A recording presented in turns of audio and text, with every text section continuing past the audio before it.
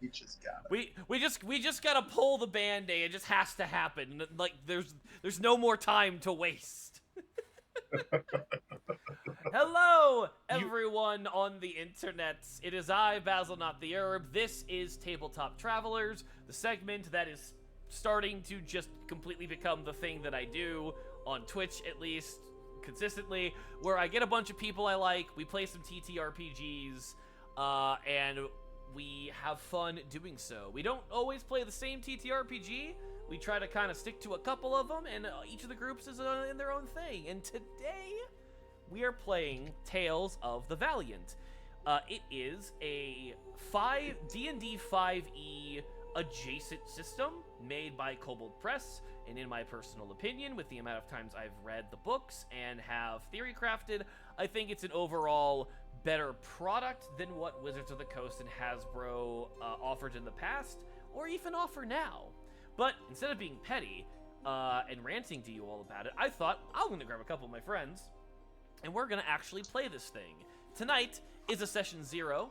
We are going to do a combination of working on people's characters, setting up how our characters met, and even diving into a little bit of the beginning adventure. I am joined by 3 friends who I have known for a multitude of years.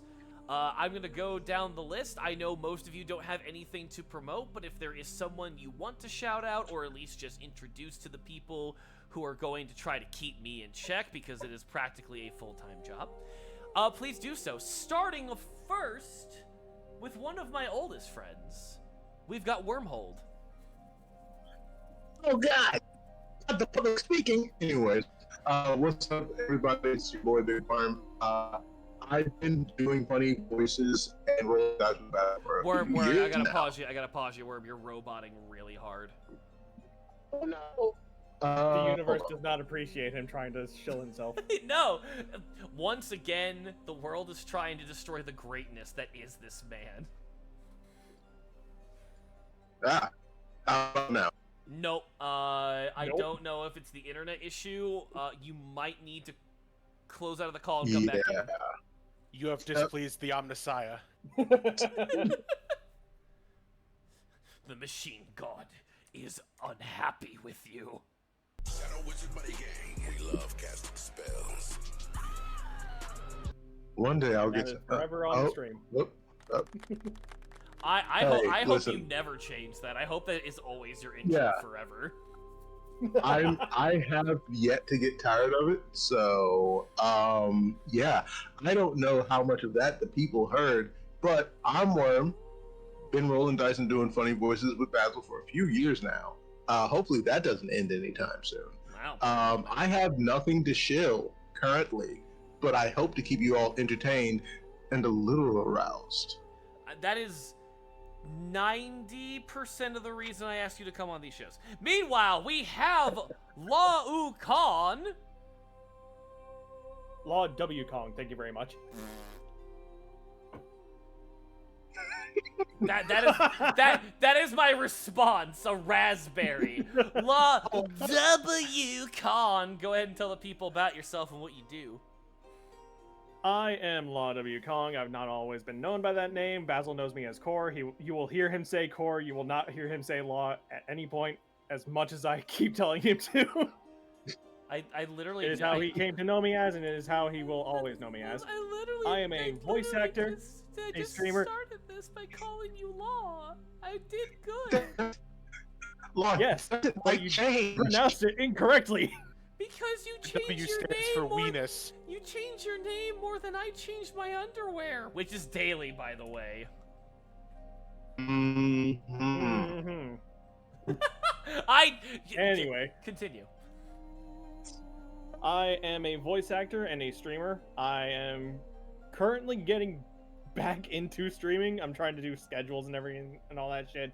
And I am probably the person with the least experience in tabletop games in this entire group. I have played 2.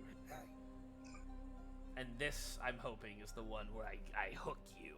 And then, of course, we have one of my newer friends, but one I've known now for, like, almost 2 years now. Jagat! What's up, motherfuckers? I am Chicken. I've been rolling dice and goofing off since I was a wee lad. I've been rolling dice and goofing off with Basil in particular ever since the ancient days of the adventures of Orc Himbo and Tiefling Twink. That was awesome. Which, by the way, I have so many desires to bring those two back together. If That would be awesome. I was very tempted to ask you to bring back your orc character, but I thought, I'm gonna know Chicken for the next good chunk of my life. We will eventually be able to bring the boys back together. Oh yeah, it'll happen at some point for sure. I have nothing in particular to promote, so instead I'm just gonna say shout out to the milk in the Basil's fridge that's going bad right now. Joke's on you! I threw that out yesterday! Yeah, that's what you think, but I snuck into your house and put it back. God damn it, not again. Yeah, the last time it was his meth. Chicken, I've told you, my FBI guy Frank's gonna hear this. Now I'm gonna get in trouble. Who do you think helped me break into your house? It's all connected!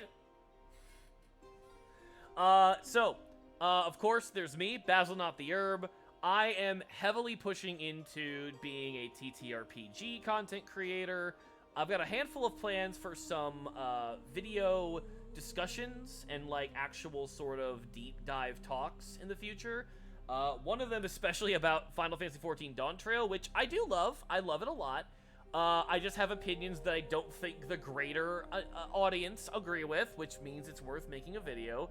I also have intentions of making a lot of fun content, from shorts to retellings of the adventures that these streams have. Maybe OnlyFans if we get enough subscribers. Listen, I have tits that are to die for, so The only man's. Only man! OnlyFans, yes! No, wait, no, I have to shut the stream down now. We can't let that shit be out in the open. That is a $1 million idea, and we are the first. Domain right now, let's go for it. We have to get this now. Can you guys now? Can you guys tell why I asked these guys to be here? All right, so yeah, check me out on Twitter, YouTube, and here on Twitch is usually any combination of Basil NTH or Basil Not the Herb. With that said, gentlemen, because we are going to be playing a TTRPG in a way that some of you are familiar with, I think more of you in this group and in the chat are in fact not. Let me ask. Raise his hand slowly. Yeah. Do you guys want to work on finalizing and checklist, going through and making sure your characters are ready first, or do you want to hear me pitch the setting we're going to be in? There is no wrong answer. It's what you guys prefer to do. My character is already finished, so I abstain from that particular vote. If you put out the setting, it'll give me a better idea of what my character is going to be. So. Okay. Do you feel the same way about that, Law? Yeah, I'm fine with that. Okay. So, I'm not gonna do the long-winded version, which is still going to be a little long-winded, but I'm gonna give the shortened version, which is to say... Basil's not a man of many words. Proceed to speechify for 30 minutes. Speechify, honestly. 4 weeks ago. I want you to imagine the simple concept that I think most people agree with, that life as we know it originated and started in our oceans, in our seas. That concept is known in many cultures and in many beliefs, both fictional and real. And in this setting, it is no more true or no less true, but exceedingly very literal. The people of Viren, the obelisk continent that magically creates the multiple realms and the city of Virus, where most of this campaign will take place, is created in part because of Mother Ocean or Mother Sea. The ocean is in many tons revered as the originator of all life. However, she is not seen as a weak mother or even one that is always holding her children too close to her chest. when we are given life, we are expected to live it out to our fullest and be as respectful to our origins as we can. Because of this, under a obelisk within the deepest parts of the ethereal sea, within the furthest reaches known currently of the gift that Mother Sea has given us, is an obelisk that essentially is created by one powerful creator god who respects and is one of the many, but still one of the eldest of the Ethereal Sea's children, Virin. This god stands for love, loyalty, and adventure, and in doing so, helped create a realm where the descendants of Mother Sea are able to come together and form something when their own ventures failed, or when things did not go as planned. Under this obelisk is essentially magics that warp and twist time and space to create several realms of existence that work almost as if like a color wheel, where you would have red in one corner, green in the next, but instead of it, being colors alone, obviously, it is several different realms of reality that seem to stretch on endlessly, that mirror different lands for people, creatures, and even gods to survive in. So there is an endless desert that's similar to the lands of the Middle East in our realm. There's an endless monsoon. There's an endless series of island nations, all surrounding a singular point of a city of magic, steam, and cultural and philosophical ideas coming together, which is Virus. This is where our setting will take place. We will explore a lot of the philosophy and a lot of the concepts of what it means to be a person in a land that is constantly in danger, but in doing so respects and values life and ideas from all forms, especially if you're able to work together. The question Virus gonna be a good time. It's gonna be an amazing time, I'd like to think. The thing you have to consider for your character is whether or not you are born Virusian or if you're an immigrant. You are not. There is no lesser point of life for either or, but it might help you decide on what you want your character's journey to be. With that said, I won't have the Tales of the Valiant book open for our audience to see. I highly suggest those who might want to follow along or even check out the book themselves to go to either Kobold Press or go to ttrpg, get Tales of the Valiant. I, again, am about to show you all how much of a good 5e variant I think this is. But for now, to help get started and go through the checklist to make sure people's characters are built, we're going to go ahead and start on the character creation. I'm going to say this. We're going to go off the rules of standard array. What I'm going to promise is I'm not going to speak the devil's tongue and mentioned we were of the Wost or not have bro as often as I possibly can. So I don't know what you just said. Good. Then the code worked.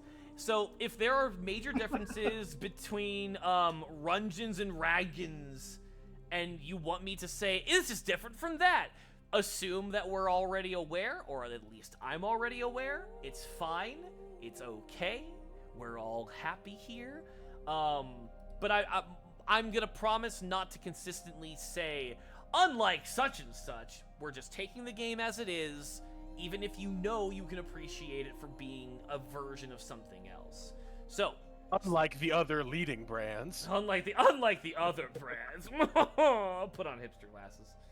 To start, Mine have been here the whole time. your standard array is going to be a little more powerful than you might expect. So, to start off, if you haven't already, I want you to take a couple of numbers and put them within your character sheets to what skills you want the most. Now, we can also go to the classes segment if you want to go with that first. However, I'm still going to get you guys the standard array numbers so that you'll have them to get ready to figure out where you want to go. Where are you? There we are. I'm going with a standard array because while the other versions are just as valid, I think for a starting adventure, especially for someone like Core, who is new to this whole thing, it's just going to be easier if everyone's stats are at their base similar, and then we upgrade them as is. I put the numbers in the text chat of the voice chat. So if you hover over our voice chat tab in Discord, and you see that little speech bubble, click that, and you've got the text. That is easy for me. Yep. So for chat and listeners, starting standard array for Tales of the Valiant is 16, 2 14s, a 13, a 10, and an 8.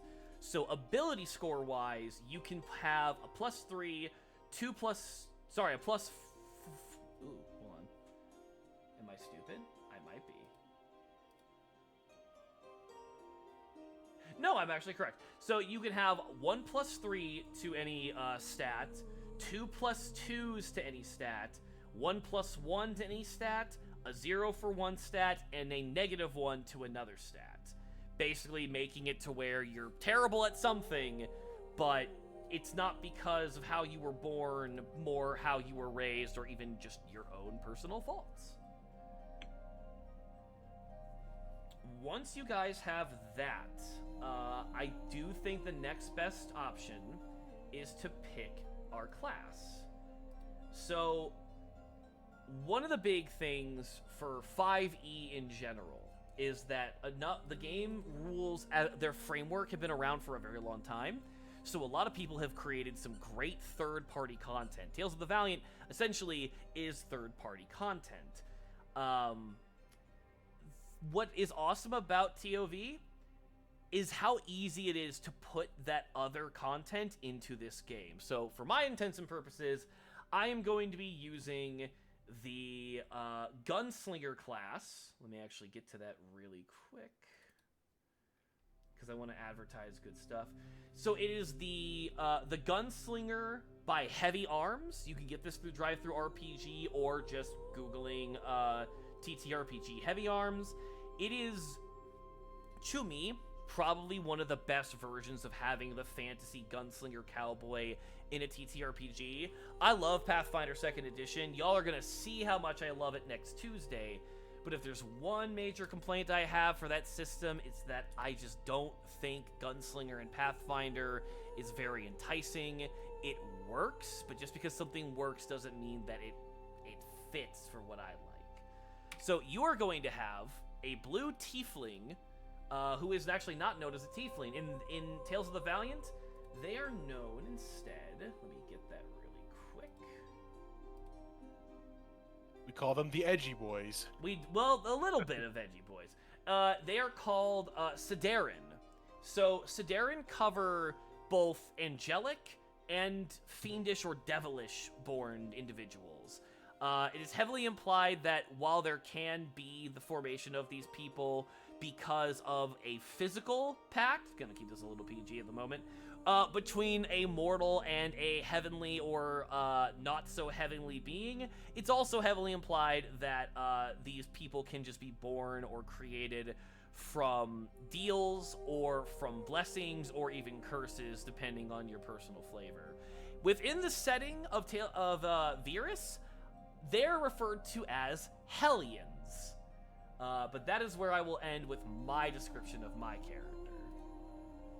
I want to go down through here. Worm, when it comes to character classes, because I assume you also have the PDF book open. Yes. Is there a character class within Tales of the Valiant or through the third-party content I provided you that you're interested in trying? So I was thinking of like going with a like Spellblade fighter. Mm-hmm. To give you an idea, like the character I'm thinking of is effectively like if Constantine's meddling was his actual job. Like not like on some Ooh. like like leaving its card places and people calling it was like, no, this is the guy you send to investigate weird magic shit. I like that a lot, actually. And that's actually very fun because one of the things for me that I think most people will always be kind of like tilting their head at. I love magical settings, but I don't particularly like playing the magical individuals. I like trying to be the average Joe who goes against the magical shit. So seeing you choose the Spellblade is just gonna be very fun because it's not something I would see on my own. So I appreciate you. For Like that. what I'm envisioning so far is like a was it Vexed Heritage Siderean who like as an adult had their inheritance come in. Like he was already going around investigating occult shit and trying to put that down, and like in choosing to like become a Spellblade to like help quash that kind of stuff, that activated that inheritance. I love that. Okay, so to keep in mind with everyone, we are starting our characters at level 1, mostly because Tales of the Valiant is known for being a little bit more interesting to start at level 1. I am going to go off of the book suggestion and my own standard. After session 1 proper, we'll level up to session 2. After 2 to 3 sessions of being level 2, we'll get to level 3. Then after that, it'll be every 4 to 5 sessions, or depending on if the story like feels like it has shifted enough, where the standard will be every 4 to 5 sessions we'll level up again. It's mostly going to be dependent on where the story goes. So here's the question. Would we be able to work that as though like currently he's human? I was actually going to ask if you'd love to have that, where our band of potential heroes start out together, and then when you hit your subclass, suddenly... Yeah. Oh my god, demon puberty. Meanwhile, Wander, who is a blue demon-looking man, is like... Dabba-dee, dabba-die. He's just gonna look at you and be like, I'm gonna be completely honest with you, that is not what my puberty was like. That is absolutely not what I went through. I don't know what the fuck they're on about or what they're going through. Just Since full when does Wander have a Texan accent? This is... since when did he not? So here's the beautiful thing, Chicken. Bold of you to assume there's only one person named Wander in my setting. Oh, I see what you're doing here. Yeah, you fucking do. But I love the idea of just like full Nick Caging it, and just like the first time he becomes Ghost Rider and just like peeling like his fucking skin off as the horns come in. That's actually hardcore. I'm looking forward to that shit. Okay. So your main attributes you're gonna want to invest in with your standard array are gonna be Strength and Con. If you're going Spellblade in the future, we'll eventually have to have you probably focus on Intelligence or Wisdom. Let me look ahead, just so that we know what we're playing with in the future. Enhance your martial powers. Oh, Galito. Spell casting.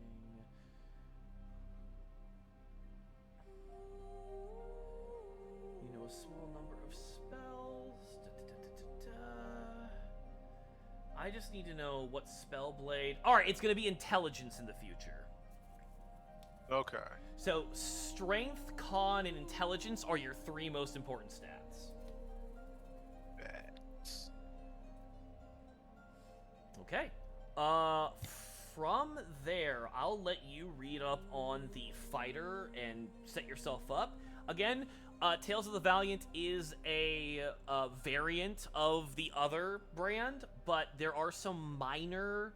to me, puns aside, the devils of this game are in the details, and that's where I think this is really gonna shine.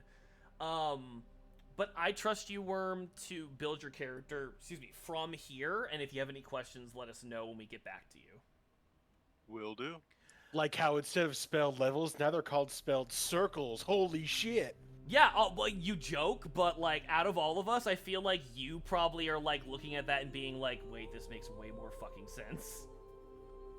I have not gone over the spellcasting section yet. I just picked my spells and that's it. So I'm sure I will have that reaction later. Oh yeah, like, the best way I can put it is that while other people's reactions to making 5e more fun for them has been to add in, realism and complication, Tales of the Valiant is more streamlined and focused on what they find important. And again, there's no one true ttrpg. Everyone should be playing whatever they want, but so basically, this game is the opposite of everything I don't like about Persona 5. Yeah, actually. It hurts my soul as a Persona fan for you to say that, but I understand what you mean. I really made an effort. I really gave it a try, but at the end of it, I just threw my hands up and said, this game plays like someone sat down, started writing the design document, and never fucking stopped. I'm not... The funny thing is, Chad, I can't tell him he's wrong. Like, that's why I like Persona 5. But also, yeah, I can see why people wouldn't. Going down, Law, do you have an idea of what class... We kind of talked about it before, but, like, now that you've sat on it for a little bit, are you swinging a different direction, or what class are you thinking? I think I am gonna go Cleric. Okay. Nice.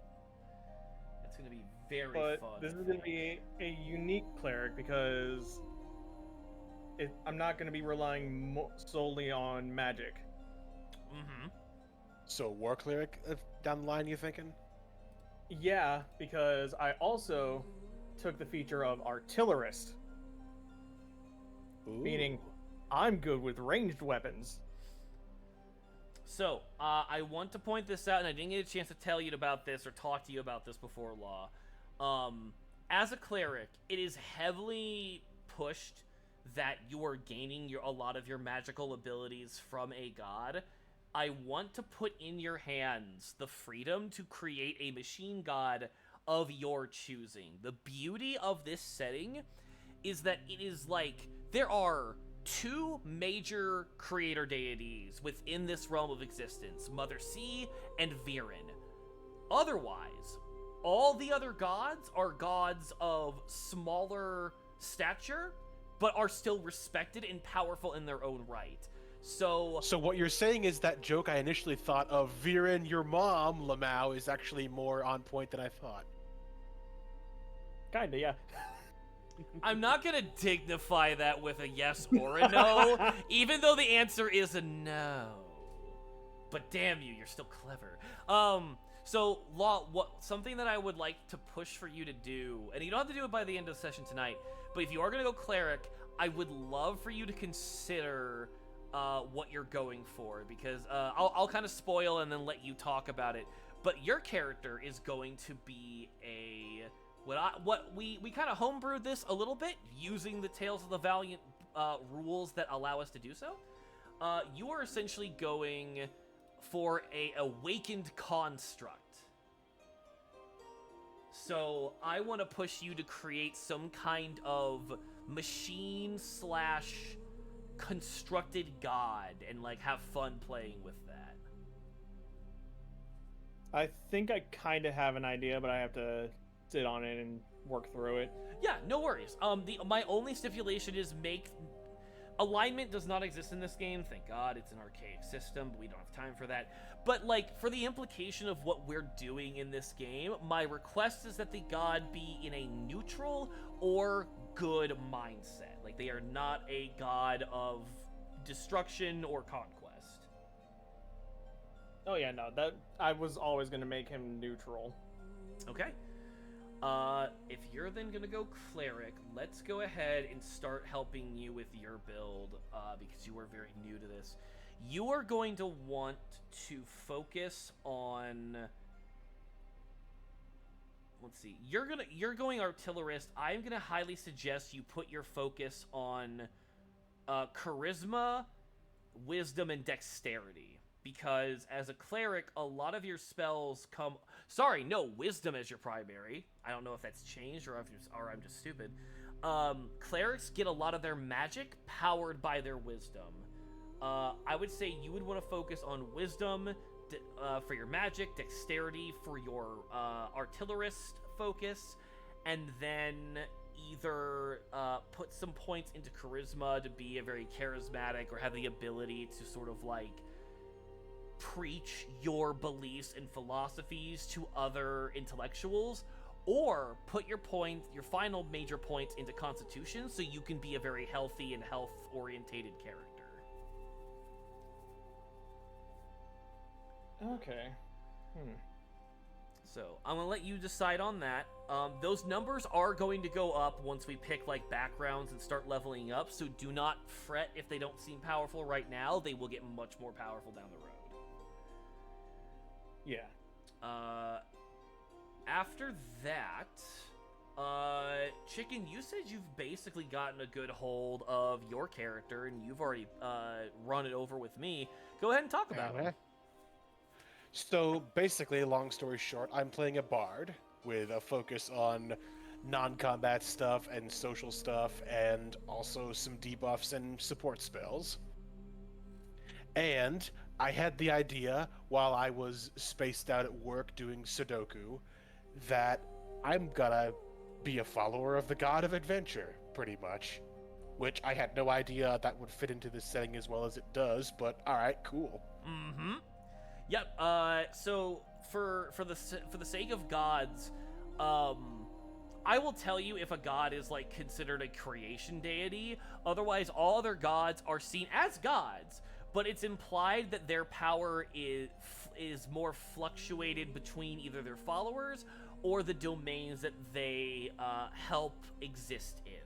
So for the sake of your god, Chicken, they are likely a respected and powerful-esque god, but nothing that could, like, destroy a planet. More like, give significant power to a follower or even, like, kill an ancient dragon kind of thing. Hey, why would the God of Adventure do things himself when he could get his adventurers to go sort it out? Exactly. Dude, your god of Adventure is just...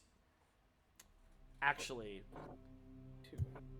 this might be a very funny thing to pitch. What if your god actually, like, comes down in a mortal disguise and is just, like, an adventure guild master? Like, they either, like... Yeah? I am so ungodly here for that. That sounds amazing. Ba-da-ba-ba-da-ba. Okay, so actually, this is going to be very fun. I get to actually have you experience Chicken the way that I like to run my games, which is heavily using what is called the Mythic GM emulator. Again, folks, look it up on Google or go through DriveThruRPG. I remember this thing, yeah. Yeah, it's a very wonderful... Oh, that's right, yeah, you actually have experienced this. I have gotten a lot more practice with this, so it's going to be even smoother. Alright, cool. So we're going, like, GM light for the most part, but we're going to be leaning on that. Okay, I can vibe with that. Exactly. So what I want to do is either we can just full-on say, yes, this is a plot point to explore later, or we can let fate decide and see if we are correct in that your god... actually poses as a guildmaster within Virus, and only your family who follow him know that he is there. It's not like it's supposed to be a ooh-hoo, like, trouble about. It's more of just like, we know that a god is doing this. We're just gonna keep it to ourselves. So do you want that to be late in canon period, or do you want to roll on it and let the dice decide? I don't know right now. What do you think? I could go either way. If you don't know, I'm going to heavily suggest that we pull up the dice. So I'm going to ask you... Then, yeah, for sure. I'm going to ask you to roll 2d10, and since this is a 50-50 shot and we're just starting the game, it's just going to be based on this 2d10 roll. So you'll hover your mouse... I get an 8 and a 1. Say what? I rolled 2d10, I got an 8 and a 1. Oh, the dice didn't make their sound. Okay, so from that one alone, that is saying no. Your god is not going to be in a physical manifestation at this time in Virus. So not quite yet, in other words. Right, like there's no saying maybe that's something your character could either be trying to establish for their god or something you might even pitch down the road. Or I might kill my god and usurp his place. You never know. Anything could happen. Listen, become as gods. As it stands, I like this. We'll go. Your ahead and character stick with knocked up a it. demigod once. It's not like it couldn't happen. You're not wrong. Fair point. I would say then from there, if you want, since you're pretty confident with how your character was built, Chicken, I would request that you pay a little attention as I go through the checklist with the others, but Yeah, I'm still paying attention just Yeah. to make sure I didn't like accidentally do something totally not how it works. yeah, I appreciate that. But for the most So yeah, part, I'm still like tuning in and out. Yeah, but by all means, take your time going through your spellcasting list and reading up on how your character uses spells, but otherwise... I did pick my spells. Mostly I'm just picking my talent that I get for being human. Yeah. From there, we'll bounce back over to Worm. So for your lineage, Worm, you are also going the Sedarin route. You're So, story-wise, we're playing with the idea that it hasn't manifested in you yet, but since you're also going the Vexed route... Let me try and find that. Fiendish, Dreadful Guys, Farsight. Can you tell me at what part where it says, like, Sedarin Vexed? Because I remember reading it, it's just... so Vex is it would be like an infernal Sedarin, but the Vex is the heritage. Oh, okay, yeah. Instead of the lineage, you're looking at the heritage. We'll actually come back to that in a second. So for now, for your Sedarin, your age, pretty standard, have the ability to live to 150 if able, medium size, 30 walking speed. So you'll notice on your character sheet, rather immediately, that you have 3 brackets for speed. One of those brackets for your walking speeds. And swim. Yep, yeah, one of them is for walking, one of them is for climbing or swimming or what have you. You can leave the other 2 brackets, leave the other 2 brackets blank until you get a proficiency in a different speed than walking. Okay. Okay. From there, you have the Farsight ability. Have dark vision at the range of 60 feet and can see in a magical darkness to a range of 30 feet. My suggestion is to just copy and paste and then put that in the features and traits bracket in your fillable PDF, and then just edit and alter. Actually, it actually might be better for you to scroll down and put it into the additional features and traits. The standard box for features and traits is more based on what your class does, but it's your character sheet. You organize how you want it. Okay. After that, you have the otherworldly form. You have resistance to necrotic damage, and the amount of time you can survive without air, food, water, or sleep is double that of a typical character. Artie boy. Yeah. And you said you were gonna take the Fiendish category. Yeah. Okay, that also means you get the Dreadful Guise. Once per long rest, you can use a bonus action to assume an otherworldly guise for 1 minute. While the transformation lasts, creatures of your choice that come within 10 feet of you for the first time on a turn, or start their turn there, must succeed on a charisma save, DC 10 plus your proficiency bonus, or become frightened of you until the end of your next turn. Once a creature succeeds on this save, they cannot be affected by this feature again for 24 hours. While transformed, once on each of your turns when you deal damage with an attack or spell, you can choose to convert the damage or types to necrotic or fire damage, your choice. I love the idea that both of our characters are Fiendish Sedarin. So, like... But only one of them knows. Say what? But only one of them knows that. But only one of them knows. But what's gonna be very fun is that, like, I can imagine, like, when you do hit your subclass, we're gonna have this moment of, like, the fiendish gunslinger and the fiendish swordsman. That's so And then there's fucking bad. And then there's just the human bard in the back, like, you go, guys, I believe in you. No, you know what I imagine, Chicken? I literally imagine that you're gonna, like, be playing, like, our background theme. Like, you'll have, like, a hat pulled over you, and you'll just hear, like, you'll be playing, like, Ghost Riders in the Sky for us in the background. No, I shit you not, I have actually picked a song that my character is going to be playing as the background music in fights. Oh, I'm excited for that. Have you ever played the game Bastion? Yes! Are you familiar with the song A Proper Story?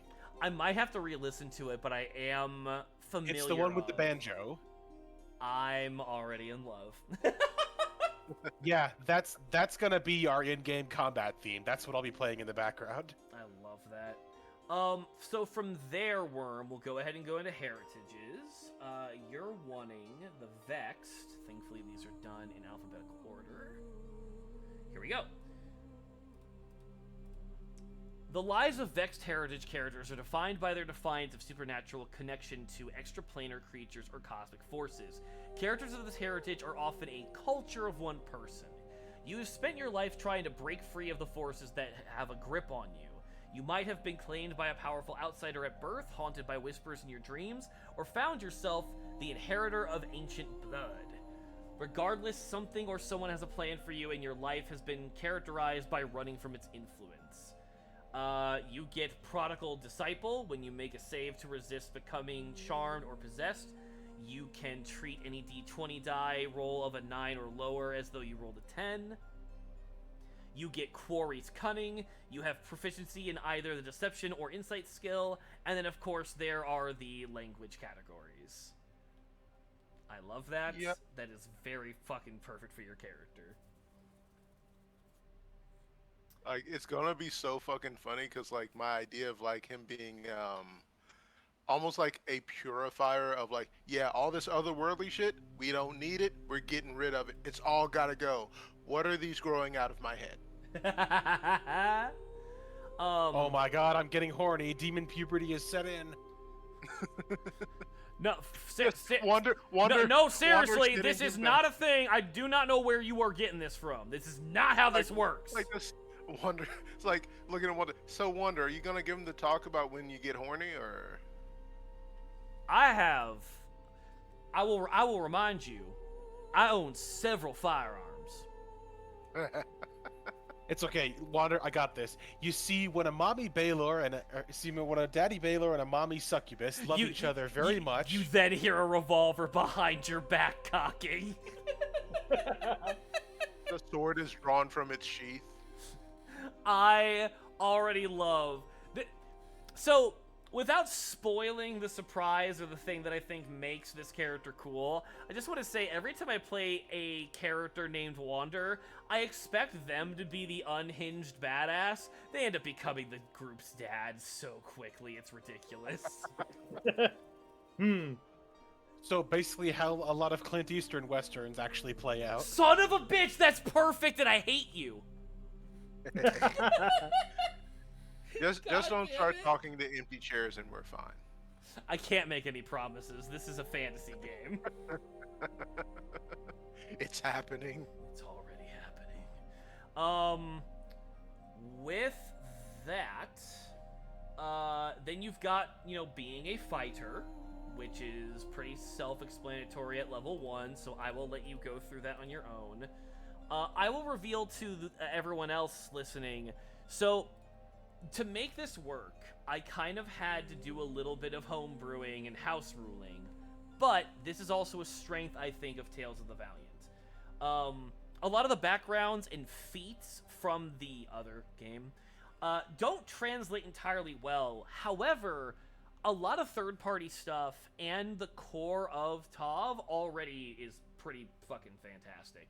So it's really not hard to, and even in the book, written in the rules, is several segments of, hey, if you want to build your own thing, here's a guideline of how to do that. So while I don't have as much fun lore flavor text as Worm does in their character background, I can tell you all that I took the Cosmopolitan Heritage, which essentially just has it to where Locke's growing up was essentially traveling consistently to see other cultures and see other peoples.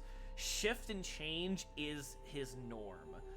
He is a Sideran, aka a Hellion, like I mentioned before, and he has what I call the mercenary background, which is heavily based off of and takes the abilities from the criminal background, but adds more of the twist of being able to be in the rough and tumble and the grime of the city, but not themselves being a criminal. So I have a couple of proficiencies with stealth and lockpicking, but I myself do not have the bonus of being a criminal, which is having some certain secrets that you normally would get.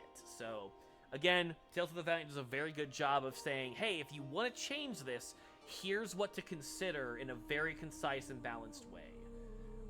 From there, we will then go back over to Law. Have you been able to comfortably put your stats where you want them to? Yes, I have. Okay, cool. I'm going to tell you right now, on the character sheet, you know where it says the word save next to, like, all of your main stats? Yes. So you're going to put a number up there here in a second, and what happens with saves in a game like this, Law, is that you'll often have to roll a defensive maneuver against certain abilities. Because of your character and the class you chose, and you being a cleric, Wisdom and Charisma, right? right, so how you math that out is that it's going to be your attribute bonus, so like the number on, so like if you put a 16 on dexterity, your ability bonus is a 3, which means anything you roll in the skills category or anything you roll with the with that skill, with that stat in mind, is going to be a 3. But then you also have to consider proficiency bonus. Proficiency bonus is basically a natural way of getting a bonus for things you are already trained in. So for And instance, mine is +2, right? No, at level 1 it's +1. Are you sure? You want to take a look at the clerics sheet again? Check. So I've been going through the handbook this whole time. You be going to the handbook. You hear that fucking chat? So much disrespect. Yo, No, Basil, I I have got a perfect quick respect question for for you. you whenever you're ready. Give me 1 second, but yes, I will be down. Gotcha, it's cool. Might have just simply read the book wrong. I thought proficiency bonus was done differently in Tav. Let me get to cleric really quick.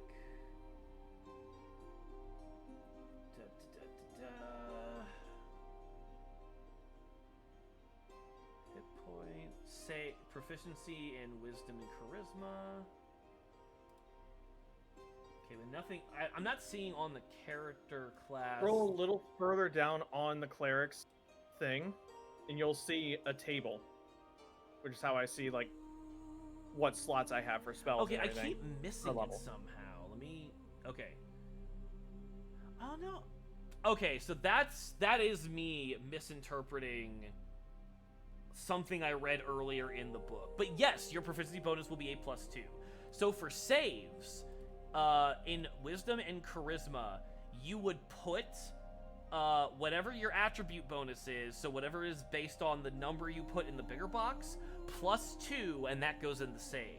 And then you do the same thing with any of the skills that your class gives you an ability in. So like for me, I got the I got the insight and the deception skills available. So I'm able to take my charisma bonus, which is 2 plus proficiency. Thus, if I ever roll a deception or a insight of some kind, I get a +4 to my rolls. To all the other skills and all the other saves, you're just gonna roll whatever your stats attribute is. No proficiency. Okay. Yep, so just go ahead and do that. What I do... Let's make it a little easier because I do have a lot of it filled out. I'm just gonna send you the PDF file. Yeah, all right, that works. What I usually like to do, Law, is I will only fill in the stuff my character is proficient in. So, like, I'm not proficient in acrobatics yet. So I can just assume, okay, I'm not proficient in acrobatics, I can only roll a +3 since my dexterity bonus is a +3. Once I get proficiency, then I'll go in and actually put in +5 instead. Or whatever the proficiency bonus gives me. Follow? Yeah, I got you. But if you want to fill it out all, like, from top to bottom, be my guest. It's pretty much what I was doing.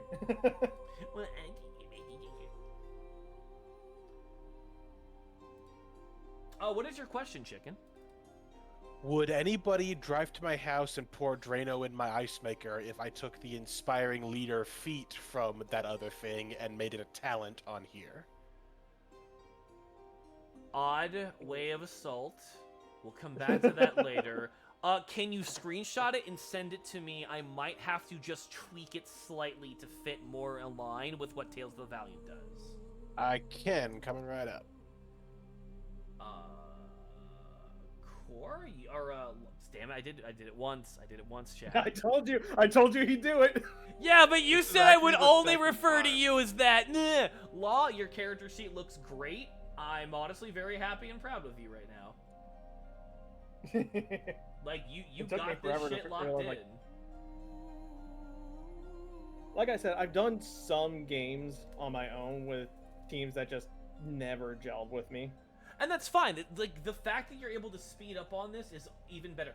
Oh, dude, you even went out of your way to get the weapon options, which, my god, I cannot wait to tell chat about weapon options in this game. Yeah, Ooh, what are Like I weapon said, I've been options? going through the entire thing as we've been talking. Oh, where are you? Are you not aware of weapon options?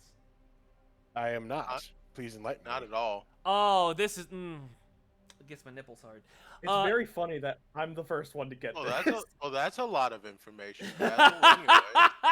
So, Tales of the Valiant has this system in play where a lot of the weapons in the game have something called a weapon option.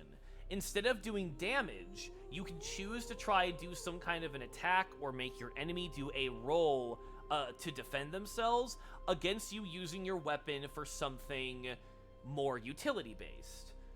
For instance... so for instance, Law took the hand crossbow, and its weapon option is the pinning shot.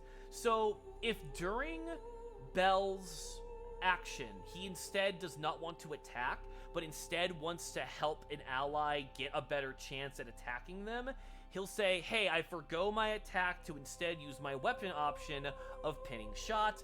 The character then has to do some kind of a dex or strength check. If they fail, they're stuck in place for the rest of the turn. And the cool thing is, anyone can do this. If you are proficient in the weapon you're using, you can do it, period.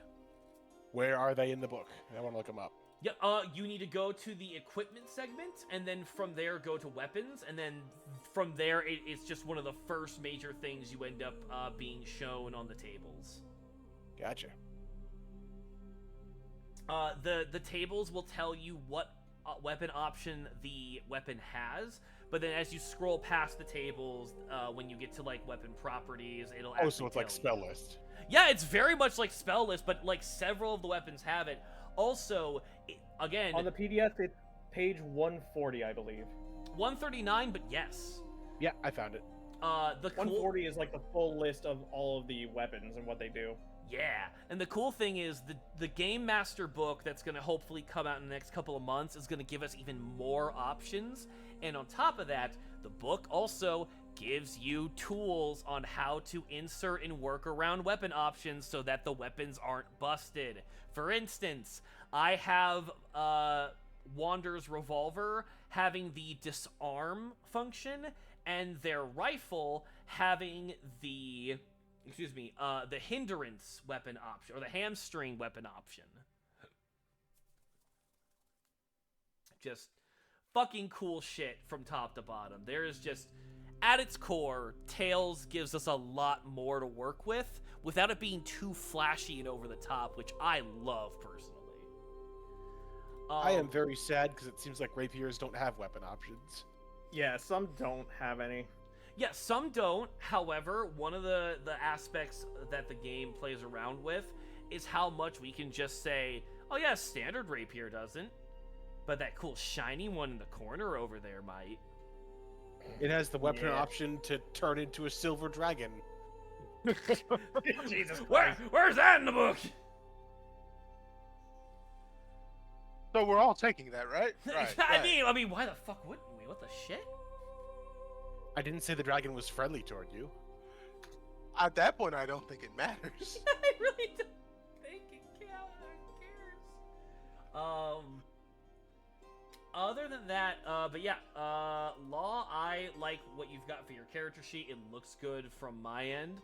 Worm, do you need any help with your stuff for level 1? I'm grabbing my talents right now, but they also don't really matter until I get my subclass. Like I'm definitely because I'm definitely building them for that. But so far, looking good. Sick. Yeah, that's the big thing. The last thing that has to be done, chat, is that you grab a background. You end up getting some solid skill proficiencies and access to different equipment and abilities. For my character's sake, like I mentioned before, I gave them, let's see here, background. I gave them the mercenary background to sort of like help give them something that's a little criminal, but also not entirely criminal. So I have the ability to either do a talent of covert, scrutinous, or touch of luck. I ended up going with Scrutinous. You have a keen eye for detail. You gain the benefits when a creature you can see speaks in a language that you know. You can discern what they are saying, even if you can't hear them. I think that's a really fun way of saying you can read lips. I was just gonna say, they used the most words possible to describe read lips. Now, I would make the argument that they made very specific and fun word choices to say you can read lips. Because yes, in other games that will not be spoken, they would have just word vomited. But the thing that I like about this ability is that it is specifically saying it's a language you have to know. Like, in other games, I feel like that would be an aspect that isn't thought of. In this one, it's like, yeah, you have to fucking be able to speak this shit, buddy.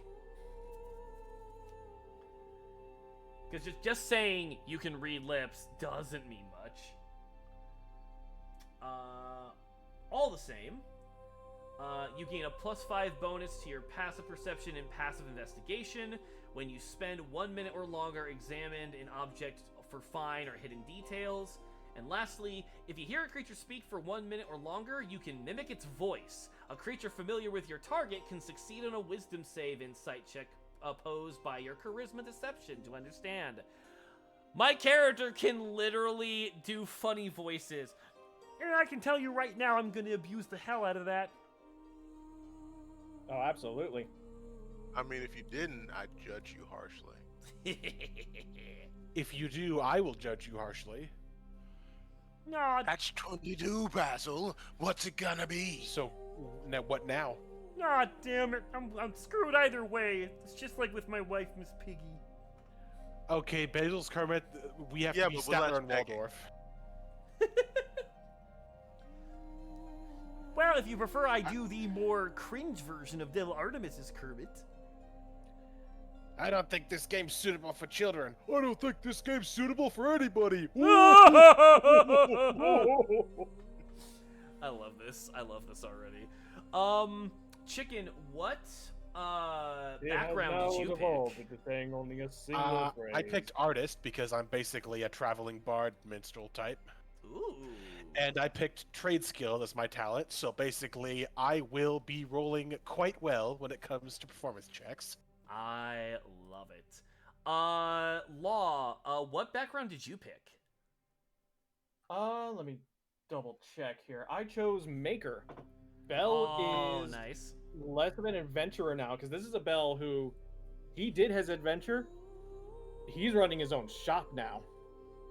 Ooh, I like that. The entire thing that I had planned, and I'm gonna give this away because it's gonna be like the starting thing.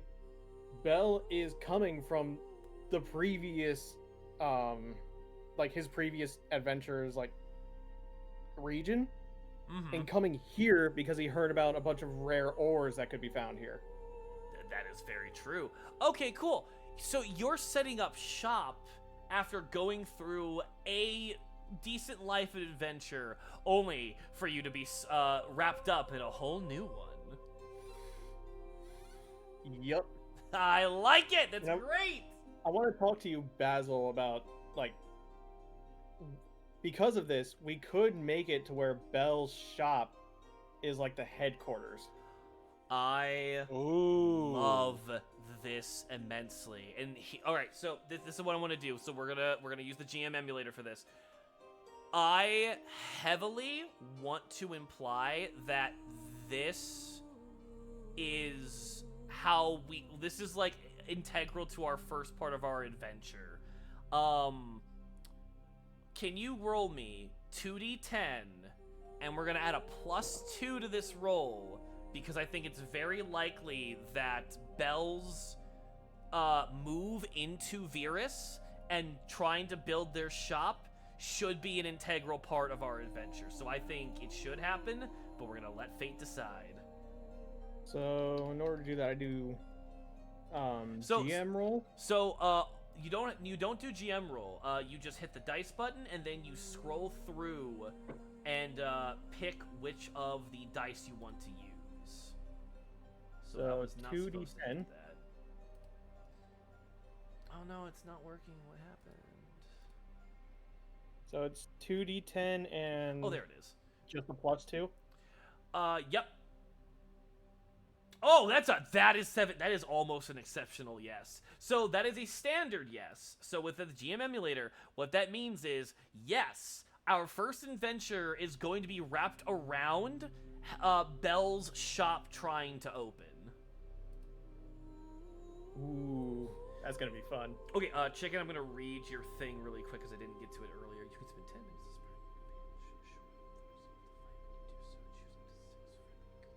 You hear that, folks? Basil's looking at my thing. God damn it. Honestly, at this paying you point, for he's that. studying it. Giving it his undivided attention. And this is a feat? Yes, it's the inspiring leader feat from the other thing. Oh, that we're just saying the other thing. Its prerequisite is charisma 13, but I have charisma 16, so it's all good. No, I got you, and I actually really like it. It's more that I need to go back into the character creation checklist and double check if you can get this now or if you have to get this later. That's all I'm really concerned about. So basically, my background gives you one talent from a specific list, but because I'm a human, I get to just pick one talent from anywhere whose prerequisites I meet. I'll allow that. That totally works. That fits, and I feel like the wording of this is very easily able to be fit into the same kind of talent that the rest of us have. I mean, literally, my character can mimic someone's voice after just listening to them for a minute. Like, that's powerful.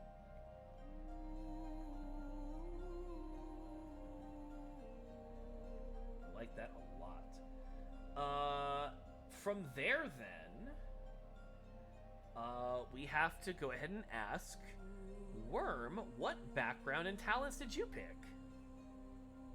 So I'm going with soldier and combat casting. Ooh, okay. Anything you want to mention that like sticks out worth saying? Yeah.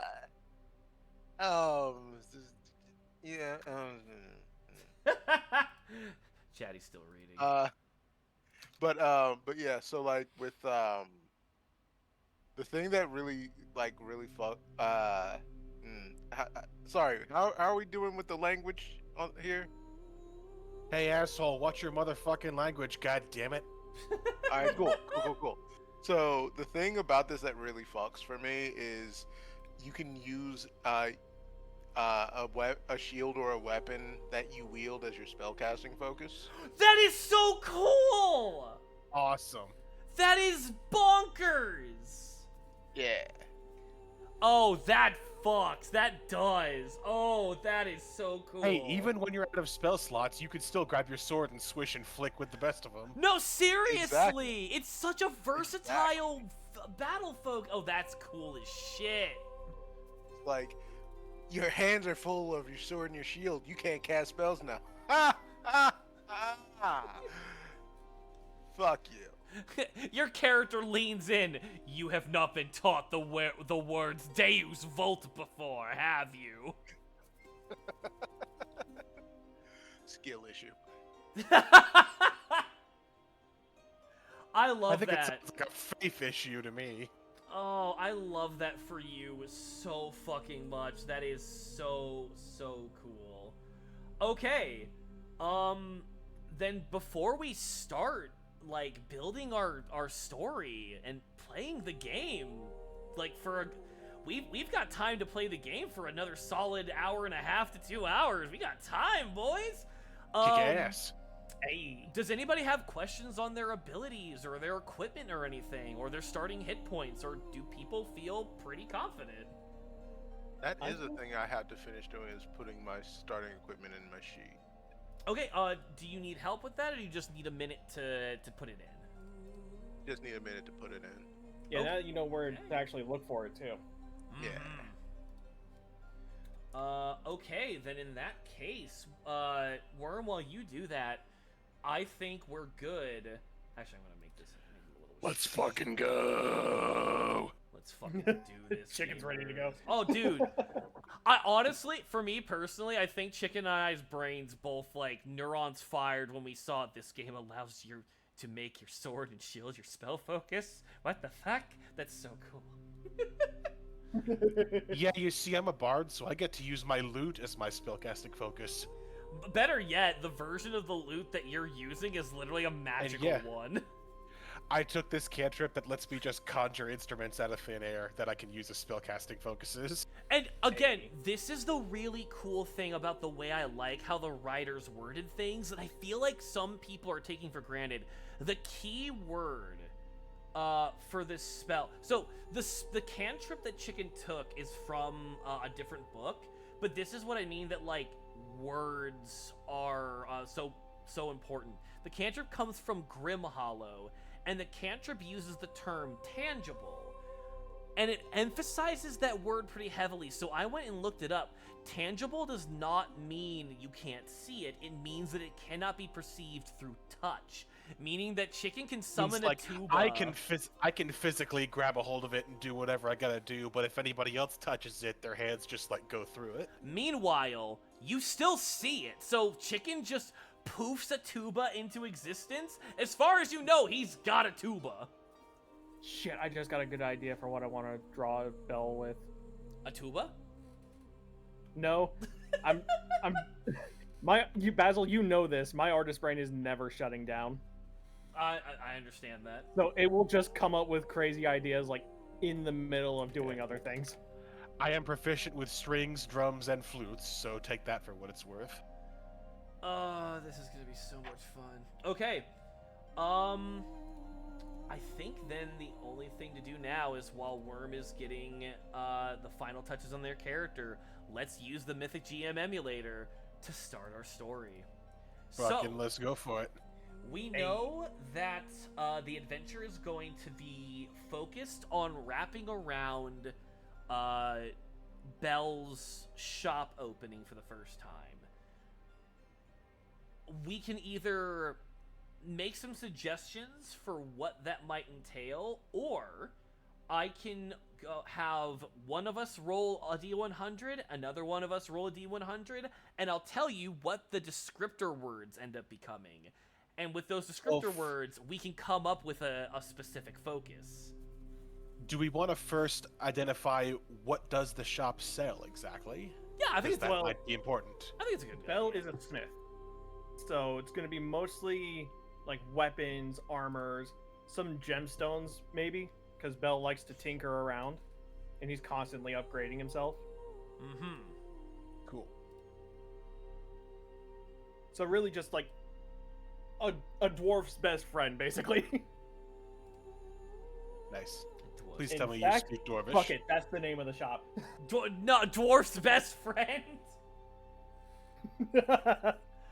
I'm going to veto this, as this is my setting, and I will say this: dwarves in Virus are not only known for being smithies. In this setting, dwarves are known for having a different perspective on life, while having the strength just as similar to that of an orc or a human. So their cultures, regardless of like, or rather, the perceived assumption of a dwarf is not that they are just a smithy, but they are a practitioner and a master of multiple crafts, generally with construction, farming, and smithing. So what I want to pitch instead is you call it the armorer, something like the armorer's best friend or the sword's best friend, something like that. You know what? In honor of Bell's previous companion, it will be called Caliburn's best friend. All right. Oh, I like that a lot, actually. God, I wish I'm gonna come clean. I know I remember the group, but I also am like, fuck, I wish I remembered more about that group we had. Also, Basil, I did you remember notice Caliburn. Did you notice Oh that god. there's a specific ritual that I chose? No, what ritual did you choose? Create familiar. Oh no. Oh yes. Nice. I'm looking forward to you revealing that. But yeah, I like that. You know, I chose Unseen Servant. Caliburn's best friend. I kind of like. You know what?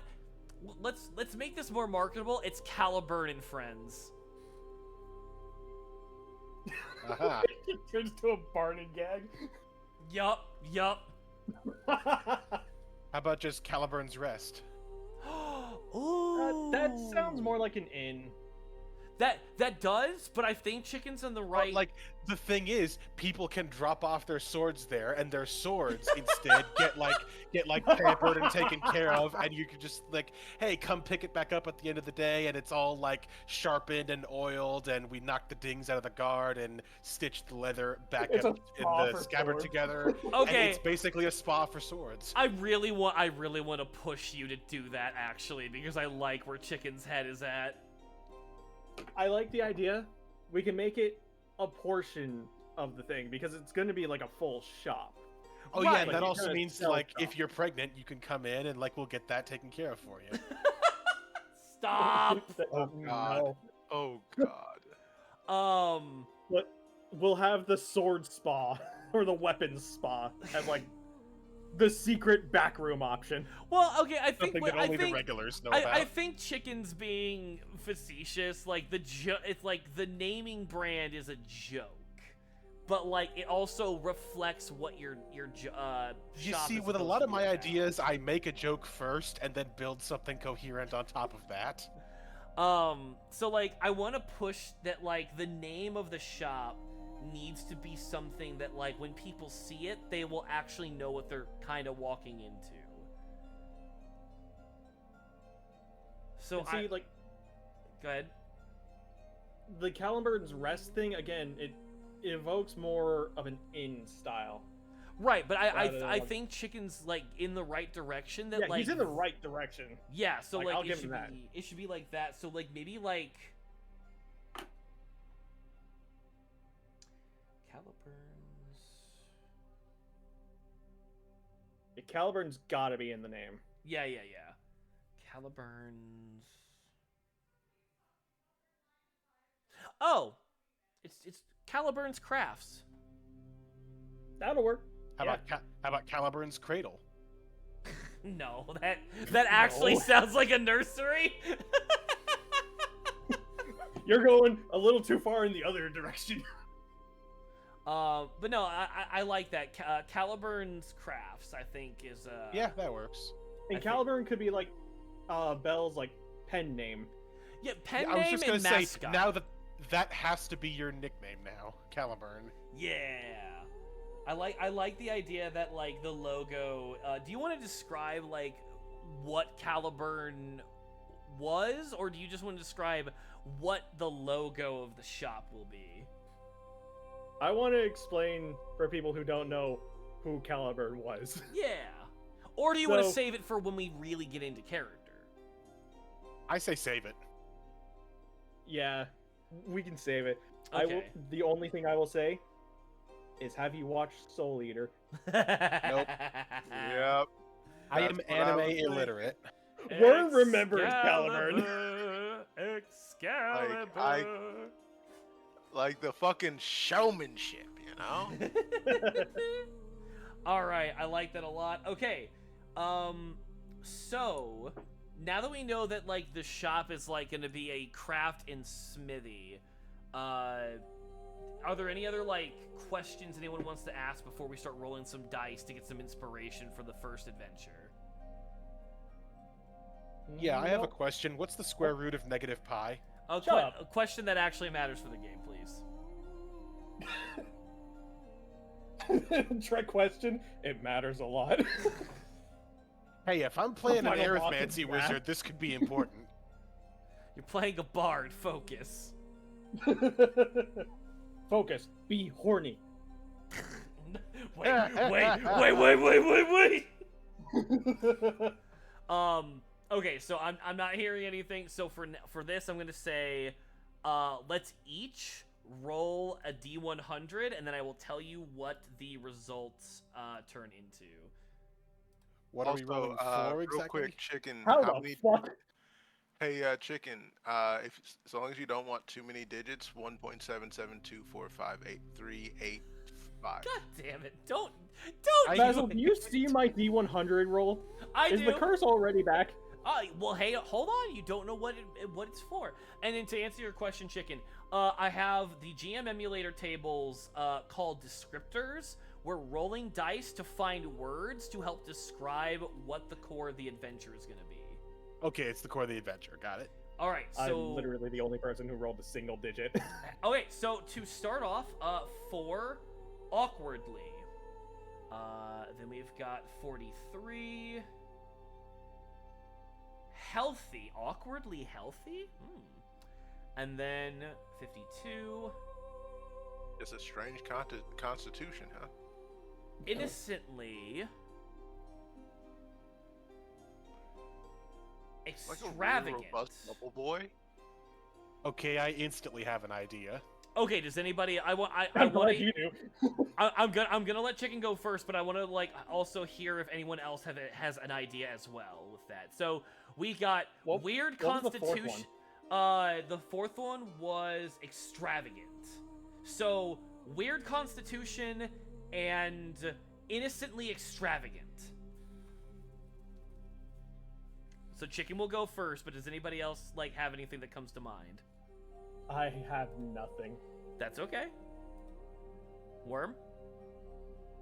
Yeah, no, all I got is like a really robust, bougie bubble boy.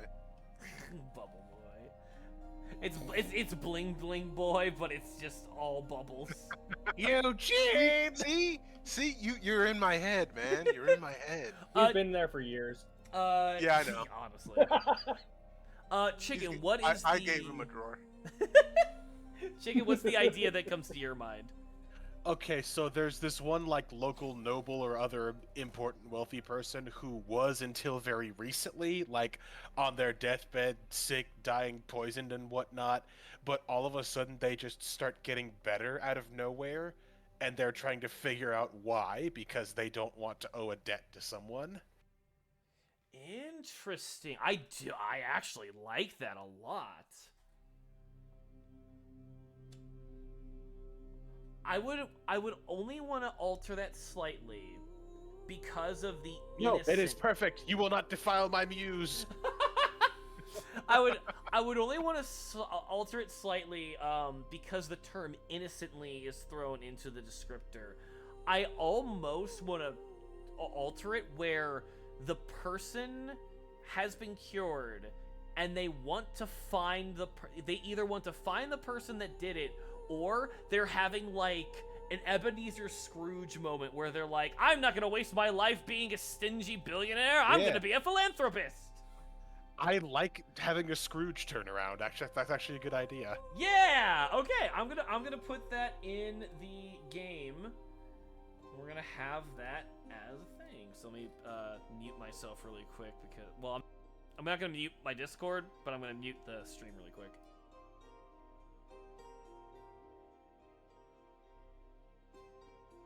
Basil's just like, hey, guys, gonna mute myself, and then we just hear. The return of the click clack. The click clack has returned. Return the slab. I'm glad we all shared the brain cell. Hell, somebody I think has like to. we four are the corners that the brain cell is bouncing back and forth between, and then whenever it hits one of the corners exactly, we get a thought. We get a single thought, and it's shared between the corners. I actually, on top of this idea, I actually have something really cool I'm gonna hold on to for now because it's setting agnostic. That's wrong words. It is setting inspired, but I'm really, really liking this idea. So from there, I think it just makes sense to say that Belle is one of the random people that this noble is helping out of wanting to give money back to the community to like help it thrive. So Yeah, you gotta invest in local businesses. Yeah. Yeah. So we know how Belle's shop is getting invested in. The question is, what's the problem? What's the drama? I like the idea of this person wants to find out who or what cured them because maybe they don't want to owe a debt to someone, or maybe they suddenly are getting implications that whoever this is wants them to do a favor and they're not cool with that. Again, the reason I don't really want to go with that sort of more cynical take is the fact that it is the innocently aspect. Like, that descriptor kind of makes it feel like this is being done out of a genuine urge to be a better person. Uh-huh. So Okay, maybe the drama is that there are a couple of feuding local business owners who are trying to work each other over and jockey for more investment funding, because there's only so much money to splash around and they each want to get it more than the other. That also would not be a bad idea. However, when it comes to the setting, while people like that exist, it's much more frowned upon if you're very open about that, mostly because of how the government in Virus works. What I'm going to propose is, once again, we're all going to roll D100s, and this time we're going to go off of the adventure tone meaning. Okay. Okay. 2. And I better get higher than a 4. I got higher than a 4. Okay. So we got a 2. Also, just real fast question. Rituals do take up spell slots, right? No, ritual... So, a ritual... Isn't like the entire point of rituals to not take spell slots? Yeah, so a ritual spell It's takes... just a longer cantrip. I wouldn't call it a longer cantrip, so hold on. Ritual spells are spells that take 10 minutes or more prep time to actually cast. Thus, you're not trying to cast a spell, like, super quickly. So they do not take up any of your spell resource. It may take up the spells you actively have prepared or know, but that's going to be based on your character. And Gotcha. specifically your class. So it does not burn a character resource. It may take up a slot of the spells you actively know currently. Can you give an example, maybe?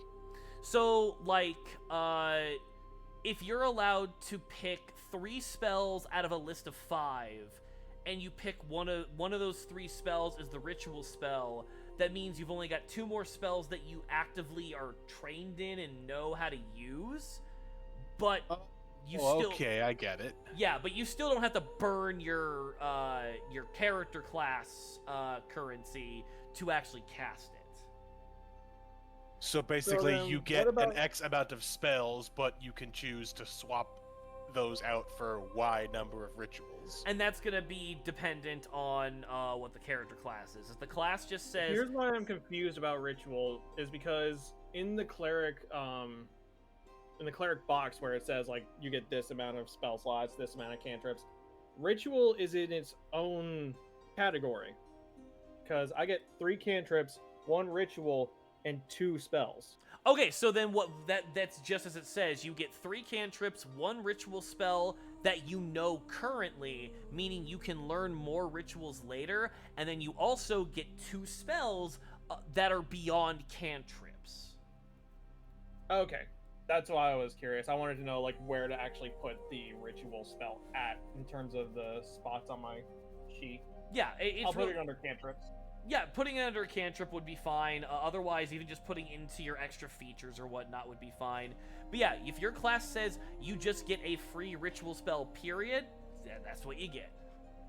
Okay. Like the bard gets 4 spells and 1 ritual, it says. I assume that means I just get 5 things in total. Yeah, you get 5 things in total, but one of them is a ritual spell that does not use your actual class currency. Okay. So I took Hideous Laughter, Sleep, Mage Armor, Magic Missile, and Unseen Servant. Yep, that's perfect. Sweet. Okay, good. All right, so with... And for cantrips, I took Illusory Instrument, Vicious Chicken! Mockery, and Light. We have a story to build, my friend.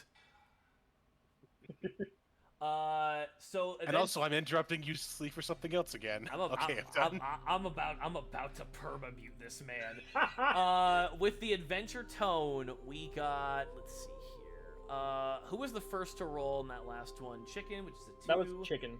We got activity, hard, very, and strong. Okay. That doesn't sound good.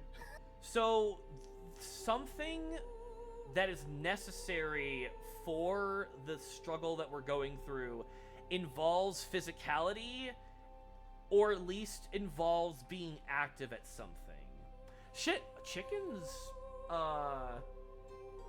suggestion might actually be... Oh. Did you have an epiphany? So I kind of am stealing this from Chicken because I kind of like where they're going with it. I think some of the different business owners around the area are not happy with the idea of it being like a random lottery, especially in Virus, because it is a land of you reap what you sow to like its detriment almost. So instead of it being a lottery, I think the shop owners and craftsmen want to hold a competition for certain individuals to earn the money. And thus, everyone is grouping up and trying to hire mercenaries and potential heroes to help get this investment. And I think Bell realizes he has to resort to forming an adventure party to help him in the competitions. Alright, that works. Like he's coming out of retirement just because he has to. He's like, I was retired for a whole 5 minutes and now I'm back in. I super like that, actually. Okay. At this point, I would suggest we start asking some yes or no questions. I can start unless somebody has a yes or no question about the adventure for specific details we want to get more of.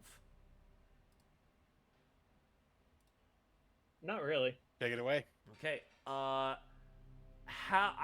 gonna ask, is this competition going to be more sports focused, i.e., not deadly?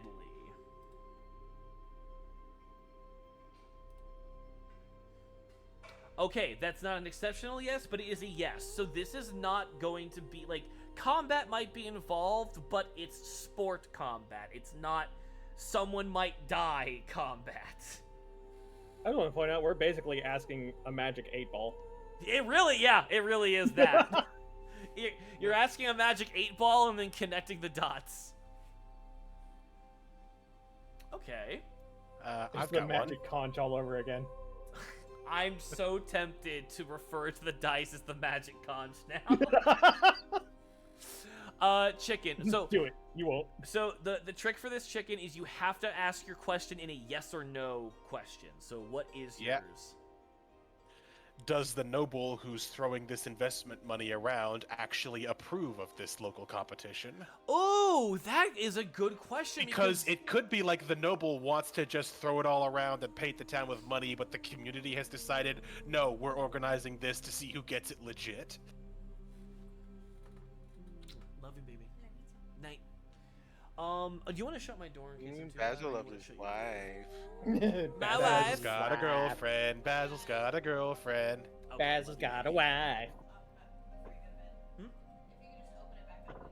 Can do, baby. Love you. My wife. I am contractually My wife. obligated to say that, by the way. So here's my question then for you, Chicken, because this is where the GM emulator gets very, very fun. How likely or unlikely do you think this question will lead? So your yes or no question is, does the philanthropist approve of this competition? Do you think it's likely or very likely he does approve? Or do you think it's not likely he approves of this? Like, which vibe are you wanting this question to go? I think it's just a little bit unlikely that the noble would approve of this because it flies afoul of the whole meritocracy, everybody gets a little bit to help them out kind of way. If I were the person in charge of the money, I would say, no, this is exactly what I'm trying to avoid because it's just concentrating the money back into the hands of the few again. Jesus, that is fucking deep and very well thought out.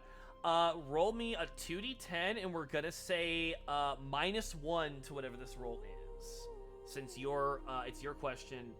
4. Oh, that is not just an exceptional no. We get to roll on the random event table. Oh, no. shit. Okay. Chicken, can you roll me 1d100? Yes, I can, and I can get you 14 on it. Oh, a new PC! Or a new Excuse NPC. me? A new NPC, Okay. sorry. I was about to say, huh? Oh, I don't know of another oh, player. what are we doing here? Phone a Okay. friend? So a new NPC. So there is a character that is getting involved in the story that is somehow also affecting this. So we have a confirmation that the philanthropist, not the biggest fan of this idea. It's one thing that the citizens want this, but he's also not happy at the idea of one person taking it all. Like Chicken said, it kind of defeats the purpose of his generosity. So now, let's roll some dice to get a descriptor of this person. Can I get a D100 from all three of you? Oh, now I roll high. Oh, what happened to that? Hold on. If the menu is like really small, like click and drag it around your screen, it should open up. It won't let me drag it down. Like it won't let you like move it at all. Like it'll let me lengthen it, but it won't let me. So don't lengthen it. I mean There we actually go. like grab it to move it. Yeah. Okay. Well, I got it now. So. Okay. Damn. Oh, 71, 75, and a 94. So that's gonna be on the characters table. 71. Passive. 75. Professional. And 94. Unnatural. Okay, so this new NPC is someone who is kind of neutral to the whole ordeal, but they're a professional and they're not of like normal standard. I'm thinking, or I'm pitching to ask the Fate Dice, the Magic Conch, if this being, one, is the person that helped save the philanthropist, and two, if this is what they wanted. Like, this, like, amount of, I don't want to say animosity, but the competition. I'm curious if, like... Say what? Like he wanted a little chaos. Yeah. So I'm gonna ask... I'm gonna make my fate question to ask if this is something that this individual wanted to have happen. I'm gonna go with it being a 50-50 shot. I did not mean to roll. I did not mean to do it like that. But 11.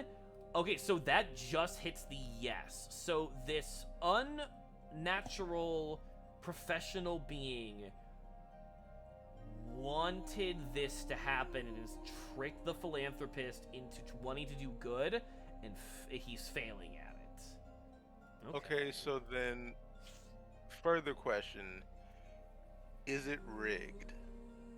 Like the competition? Yeah. That's good. That is a good question. Yeah, that's a good one. How likely do you think that it is rigged? I think fairly likely. Like, to go through this kind of trouble just to get something like this off the ground, you have to be invested in the outcome to some extent. Okay, 2d10 plus 2 to whatever is rolled.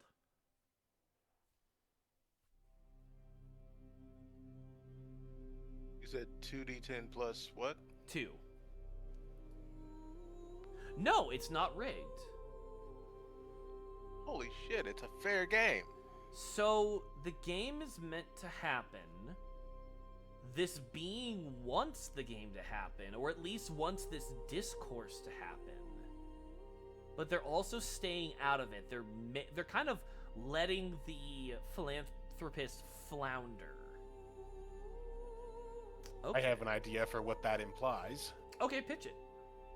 That this neutral third party is using the philanthropists to basically scout some kind of talent or winner for its own reason. That's such a good idea!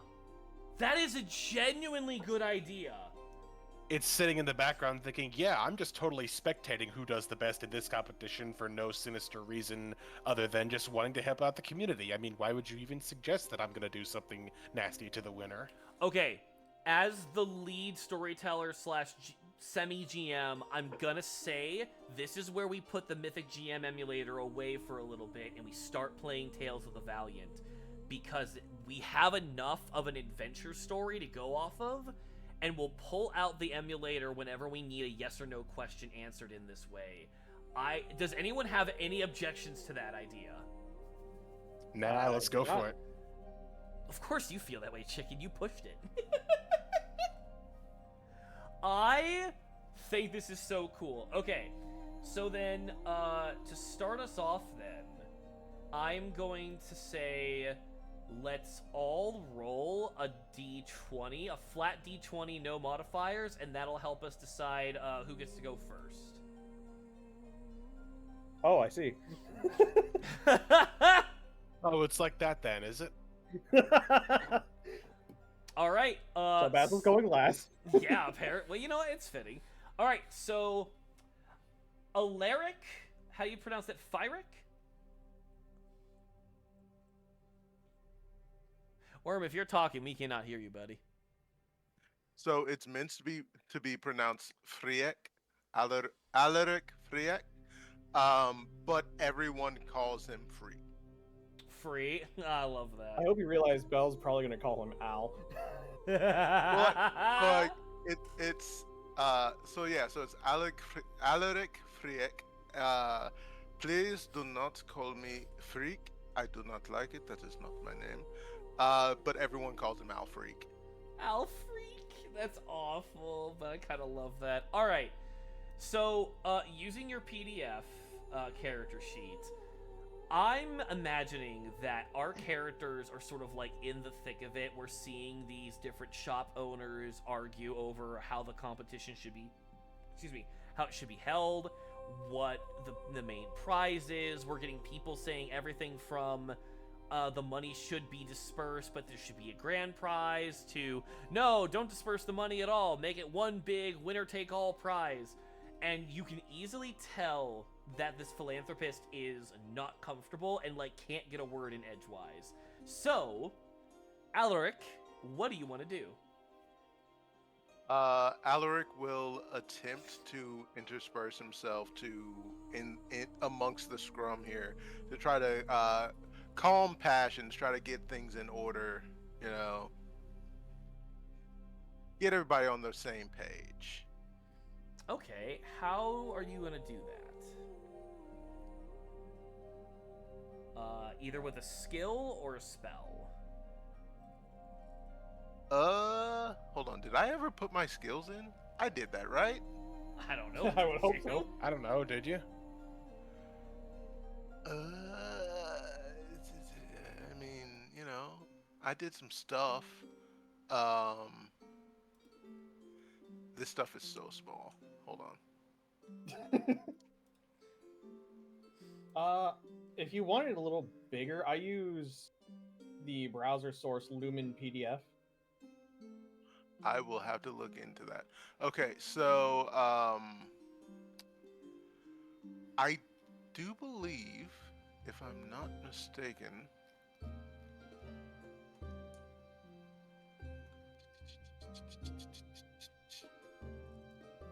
yeah, no, never mind. You know what? We're gonna go with persuasion here. Okay.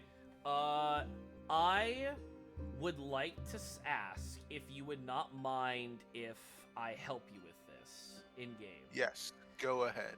I kind of imagine that Alaric is, like, going up on, like, the same pedestal as the philanthropist, and, like, they start to try to speak. It's very clear they're not getting anywhere. So, Wander kind of rolls their eyes, and... By the way, we should give physical descriptions. The kind of person you're going to see Wander, he's a 5'7", blue, like, dark blue skinned, almost scaled at their arms and legs, Hellion, horns that go past their...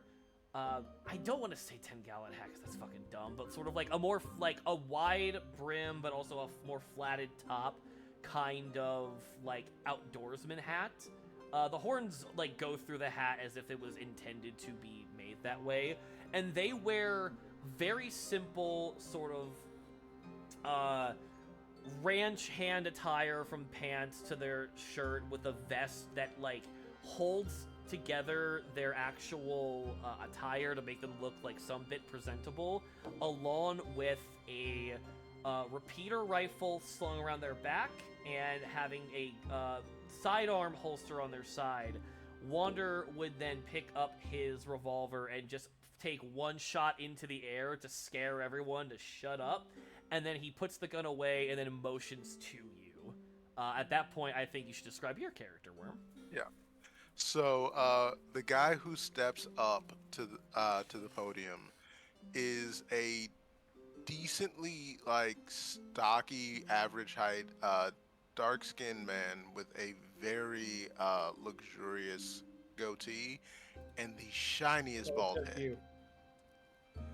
Well, I mean, I Shiniest have bald head. like, just the fact that it's not intentional is suspect. Like, slightly Asiatic features, very stern, almost always a little grumpy, full leather armor, a warhammer hanging from a sling on his back, and a longsword sheathed at his left hip. I love it. I'm gonna consider what I did to be taking the help action. Let me double check. The creature can make an ability check with advantage. Yep. So this next check you're gonna get to do, you get to roll with advantage. So roll a persuasion. That's probably a good thing, because my charisma's an 8. All right. Roll 2 d20s and then add your persuasion bonus, which unless you invested, it just is a -1. Like, I do have proficiency in persuasion, so I think that would make it flat. The bard is gonna watch this and cry. It would actually give you a +1 because your proficiency bonus would be 2 at this level. So it would be a 16, which I'm gonna argue is good enough for this crowd. Okay. What do you say to them? So he steps up and he says, my friends, you are sensible, reasonable people. There is no reason to act like a pack of wild dogs. We can make all of this transition smoothly. And as he says that, he's slowly easing the warhammer out of its sling. Oh no. Wander sees this and it thinks, oh no, I backed the wrong horse. Like, he's attempting to make a gesture of like disarming himself, but it very much doesn't look like it. Okay. Can I ask if you will allow the rest of us to roll insight checks to see if we catch on to what you're doing? Or if we read it completely wrong? Go right the fuck ahead. Let's see here. Okay, so that's a soft 20 for me. What No, do I do? sorry, That's that's- a D- Sorry, 18. Okay. Oh, it's a That's natural a 20 from Chicken. That's a Let's nat go. 22. 1 second. Chicken over here like, oh, this guy's a disaster. Yeah. You okay, Law? Yeah, I rolled. Oh, I was trying to get it. Oh, okay, I just know so. All right, cool. So that's 2 18s and a natural 20. Chicken, since you got the nat 20, I would say you would go first with how you're reacting. So to reiterate, you're able to tell that this guy is trying to imply to disarm himself to make everyone feel comfortable, to like get the aggression to go down. All right. I think I will hold my action until I have a little more info on how the crowd reacts to this. Like, I also feel like it depends on what the role is, whether or not people get the idea or not. Right. I would say with a 16, they would. But I do like this idea. Chicken, do you want to describe what your character looks like? So somewhere in the crowd of onlookers, you might be able to see a young human man, about early 20s-ish, and he looks like the usual traveling vagabond vagrant type. He's wearing like fairly hardy clothing. He's got a backpack full of stuff people take on the road, and he's got the usual like kind of fancy bard's hat with a feather stuck into it. And if you look particularly closely at his hand, he's got a ring that has the sword and quill icon that marks him as a faithful of Caden Kalian. All right. I'm gonna say that if you're gonna hold your action, let's say that the triggering effect is if the crowd seems to turn on your current ally. So if the crowd tries to turn on Alaric, you'll do something. If they start making trouble, I will attempt to defuse the situation myself. Okay. At that point, Law, do you want to do anything in reaction to seeing this man attempting to disarm himself while also having the crowd's attention?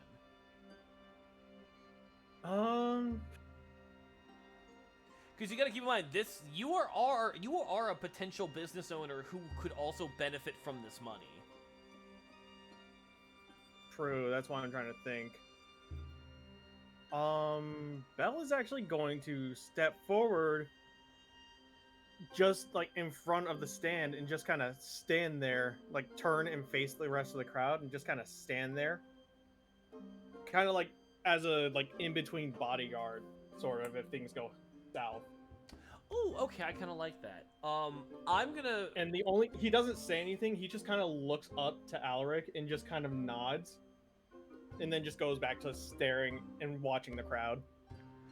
I think between us helping you, Alaric, and you, like, being able to get everyone to, like, freeze for a second, they watch as you pull out your Warhammer and then gently place it down.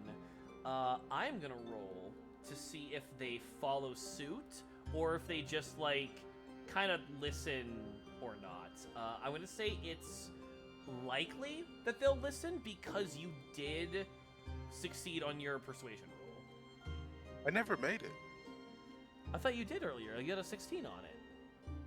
No, that was a different roll.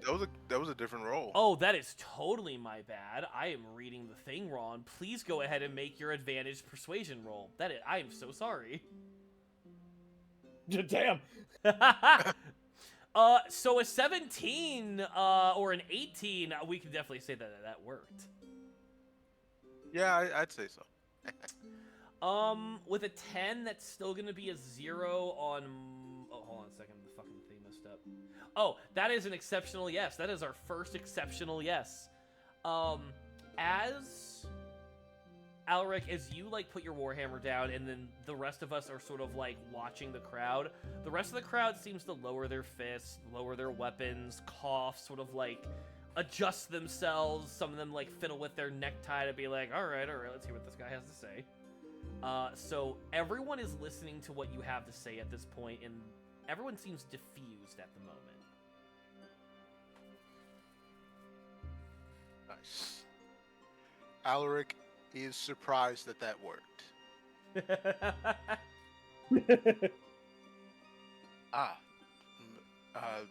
Folks generally do not listen to me.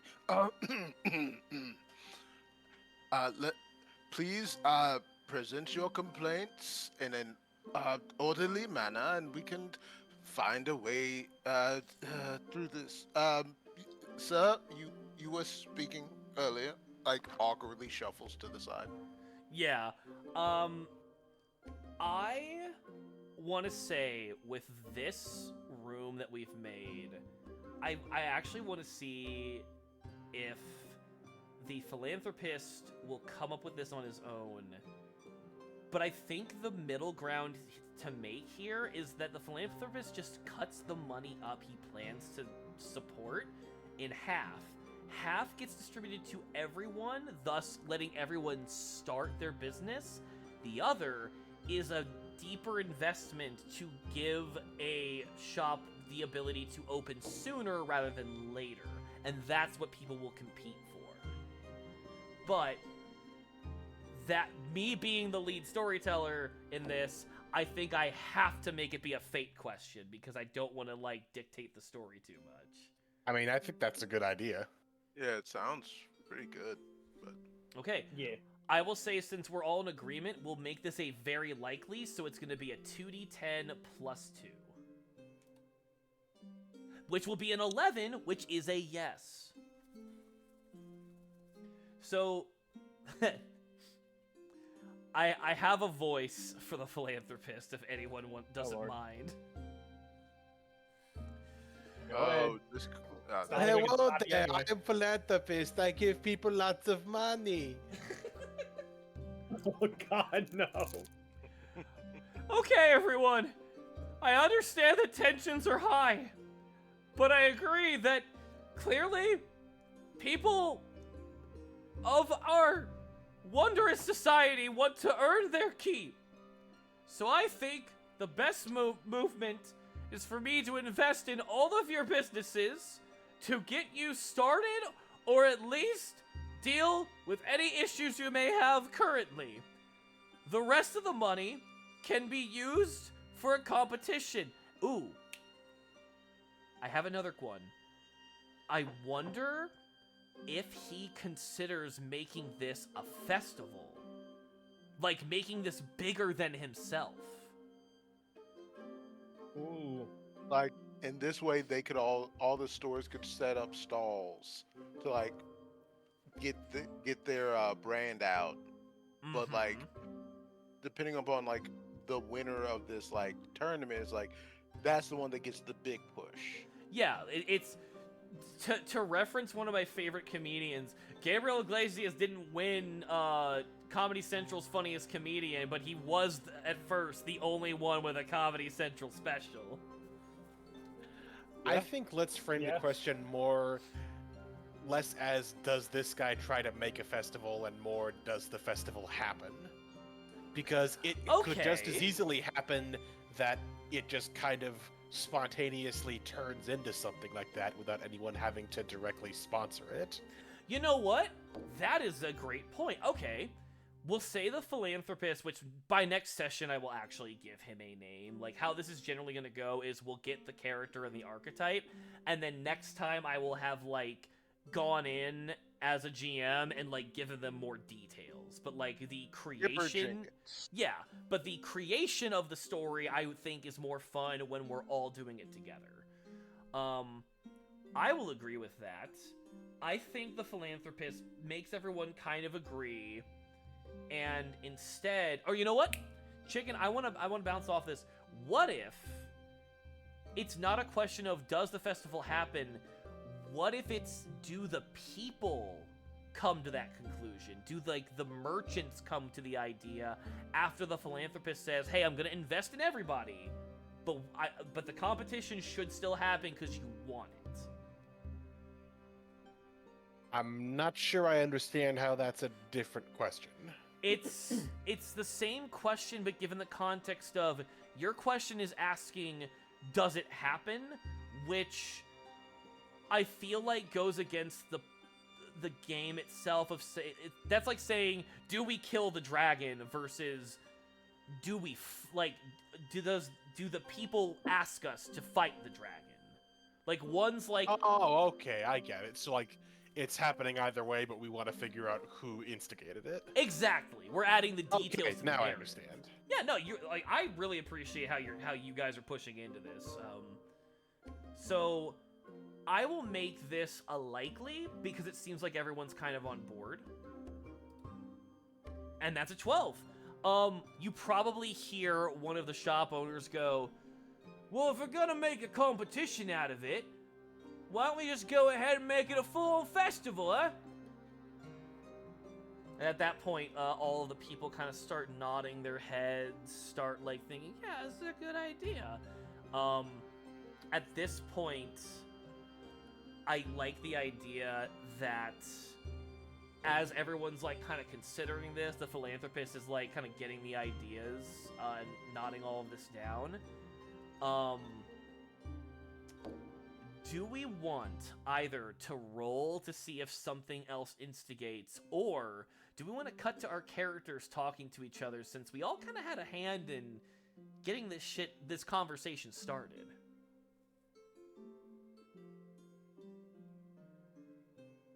I like the idea. Weird thing. Go ahead. The weird thing here is, I feel like if he's giving out like the first portion of the money, like the funds, like now, Bell would probably have already left with his portion to go set up shop. Honestly, no, that makes sense. That like several of the shop owners are taking that fund, and like we mentioned, they're preparing for the festival. Like that's what they're gonna use the money for. So I actually like that idea that Bell is using that to set up his shop, and also is like planning on like what he's gonna do for this festival that is now brewing to like get his advertisement out there.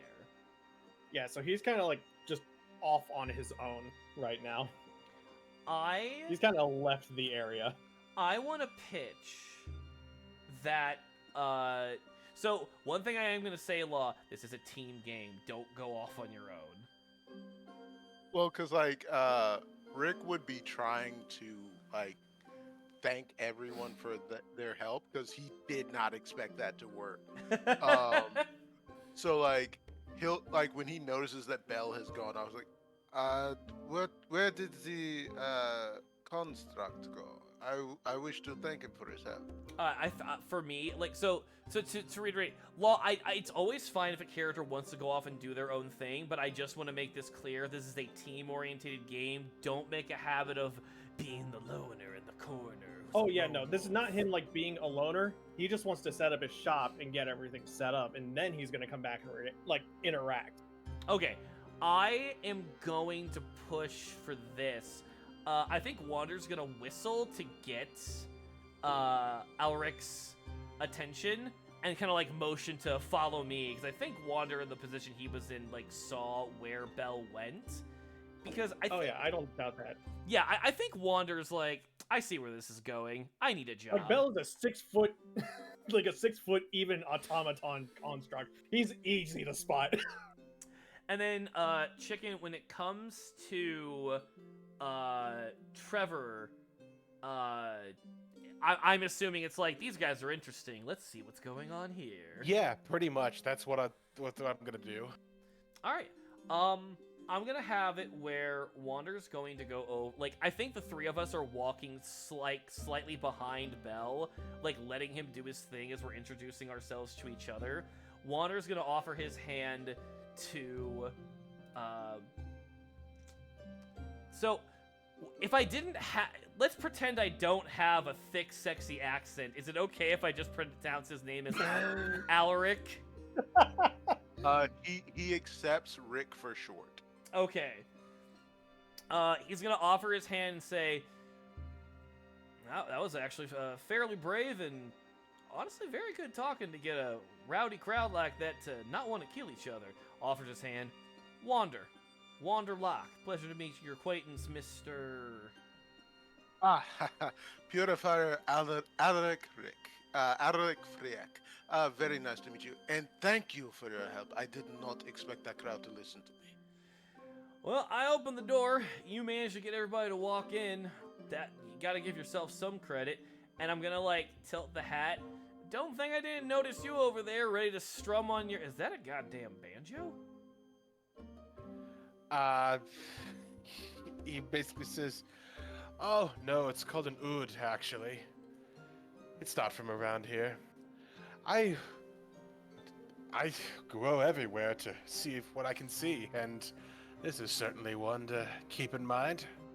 I guess you're not from around here either, are you?" No, I actually born and raised here in Virus, but, you know, you kind of find yourself, whether you grow here or you're an immigrant, if you're looking for trouble, trouble finds you pretty fast. And man, does Virus love trouble. My dad once said, life happens wherever you are, whether you make it or not. Smart man. By the way, thanks for he holds out his hand and says, "Trevor Killian, pleasure to make your acquaintance." Shakes his hand. I'm sure Alric does the same. Of course. Well, you know where a person could find a place to rest their head for a night if they're out of town? Oh, there's several different areas that allow for people to sleep for free and comfortably at different parts of the city. I can easily take you to one of the new arrival homes. From there, you're gonna want to try to figure out what your profession's gonna be rather quickly, just because this place goes fast. That being said, like, looks over towards Bell, who's maybe like doing some logistics at this point. If the two of you... Bell's actually, like, kind of stopped at, like, probably one of his friend's stalls. Because he's probably been in the city for a little while to have his own building. Yeah. He's probably stopped at, like, a friend's stall and just kind of looking over the goods and talking shit. If you're wanting to get into some situation right now, if I might be so bold to suggest, festival, competition, lots of money involved, motions towards Bell. Given that this gentleman has sunk a level of integrity since he was willing to jump on stage to make sure nobody got froggy, I think we might want to invest in this man's shop, whatever it might be. I'm afraid I don't have much to invest, but I don't mind helping out someone who could use the services of a bard.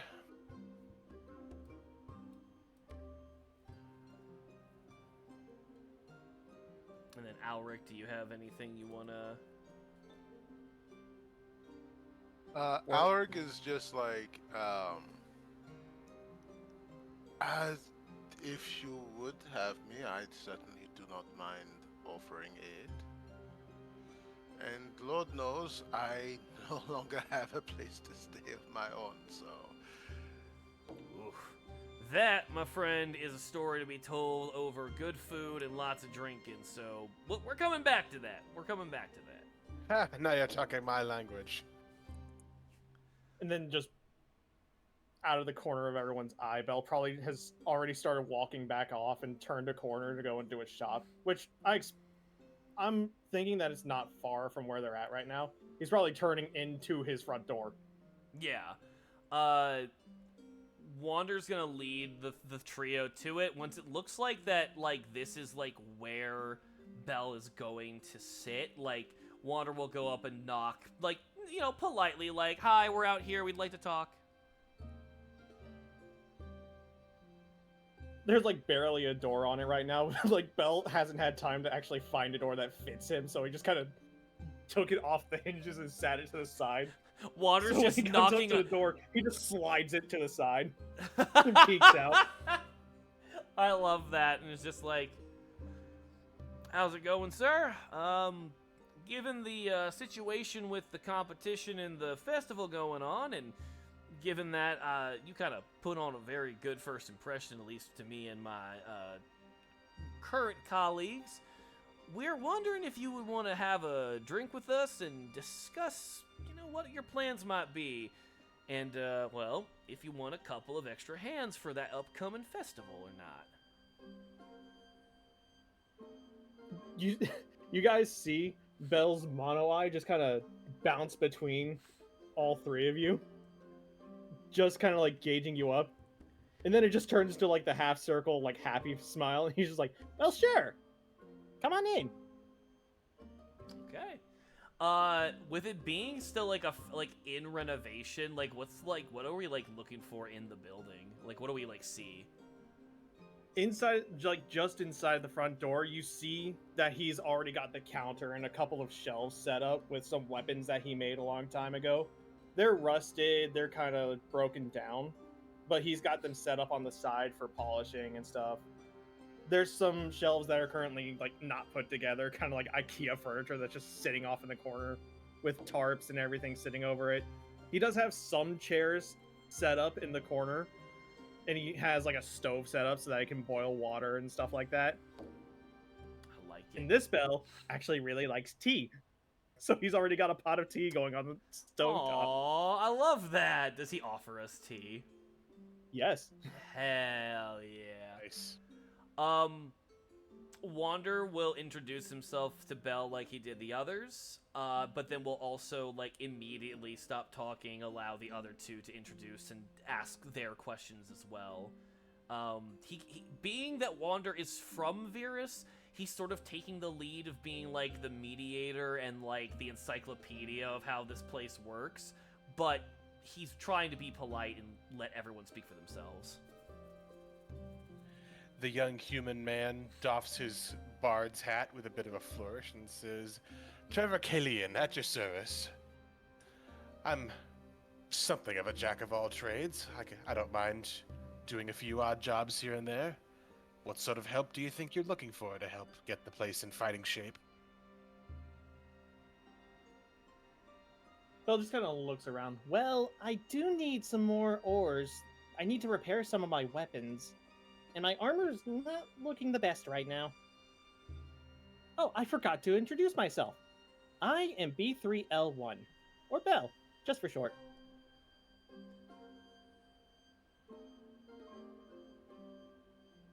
As you can see, I'm not much of a normal being. Oh, you're not that out of place. At least around these parts, we've got everything from talking lizards, talking monkeys, talking motions to himself, monkeys that turned into this. You're actually not all that much of a sight around these parts, though you're still a little bit more rare than the common folk around here. A sentient construct, I assume? For the most part, yes. I do have a soul. Snaps his fingers. Ascended! Ooh, now that's fun. Yes. My No, sorry, awakened. maker... That's the term I used for you. Yeah, My bad. awakened. My maker originally designed me for household chores, but he holds out his hand and forms the dancing lights and just kind of scatters them around to help light up the place. As you can see, I did learn some magic on my own, thanks to the help of some old friends. Ooh. Ah, a fellow Odd. practitioner, I see. And you notice at some point the string instrument the guy was carrying just kind of disappeared. He snaps his fingers. It creates a spark, which turns into a little handheld smoke cloud, which dissipates to reveal a set of panpipes, where none were before, in his hand. Wander is gonna do like a little We need dinosaur power hand now! clap, excited. Also, thank you Zoro for the raid. We are playing Tales of the Valiant. It's a 5e equivalent ttrpg. I hope you all enjoy the story we're about to tell. What's 5e? I thought we didn't like that. Oh no, 5e. 5e is the system. 5e is the system. I thought we were just calling it that other thing. That other thing. Whenever we talk about the brand, we say the other thing. Oh, okay. Wander is going to motion towards Alaric and be like, "What about you, my friend? What's your specialty craft in?" That is perhaps a sore subject for some present here. I am, or was, a purifier. My job was to get rid of objects and persons of magical influence. I mean, no offense taken. I'm assuming it was more of the personal influence problem of, you know, the threatening kind. He's like wiggling his fingers. Yes, that was, of course, the reason I got into the field. Then I found out that their plans were more along the lines of ridding the world of magic, and, well, magic kind of sort of saved my mother from the plague, so I don't really have those kinds of problems with it, you know, but, they were pretty hardline about it. Things didn't work out. And so, considering my only place to live was in the barracks, yes, here I am. Wander's gonna, like, kind of pat you on the shoulder. You, my friend, are the kind of newcomer that will be welcomed in spades here. Folks who have to find a new place to call home because their own morals push them out of the old world, that's what this place was all built all for. I am sorry that your old life was put on indefinite hold because of it, but I just want to say you are among friends, and I appreciate you having more of an open mind and not letting fanaticism overtake you. Like, and at this point, like, very much forgetting some of, like, the social graces that have, like, gotten him this far, of just, like, yeah, don't say the quiet thing out loud, you already know the quiet thing is wrong, of, like, oh, yes, of course, I mean, we all know magic is not to be, like, blindly trusted, but, I mean, like, every now and then, after, like, a lot of research and experimentation and by trusted individuals, certainly there's no reason magic can't be in the world. Just, you know, like, and like his words catch up to him and he realizes he was probably about to say something really dumb. If no one else wants to jump in, I do have something to respond to that, and I think it's very funny. I just don't want to, like, talk too much before you guys get a chance. Fine No, by go me. ahead. When you say that, Wander is going to just spring to life. Like, he's been, like, feet up on the table, leaning back. He's gonna lean forward and is just like, never trust the Fae. Never let them know your real name. Use code names all the time. That is the kind of magic that is not to be trusted. Bell's just kind of standing there and looks at him, just like, I agree. I've dealt with the Fae a couple of times. They are Not fun. The worst. They are the absolute worst. Like, You know, they God. say they want to play, but playing in their sense is not the same playing as in our sense. I knew a guy who shagged a wood nymph once. lucky bastard. Did he get to keep his pecker after? You know, I never actually found out. Wander just shudders at the idea. Yes. Well, of course, everyone knows not to trust the Fae. Had to deal with the Fae once. They said some weird stuff about the blood of my forefathers and damnation being in my blood. Weird stuff. But, you know, they always speak such nonsense. It's best not to dwell on it. Wander is like hearing what you're saying, and this might be a surprise for Alaric, but he's just nodding, like, "Yep, you are correct. You cannot trust.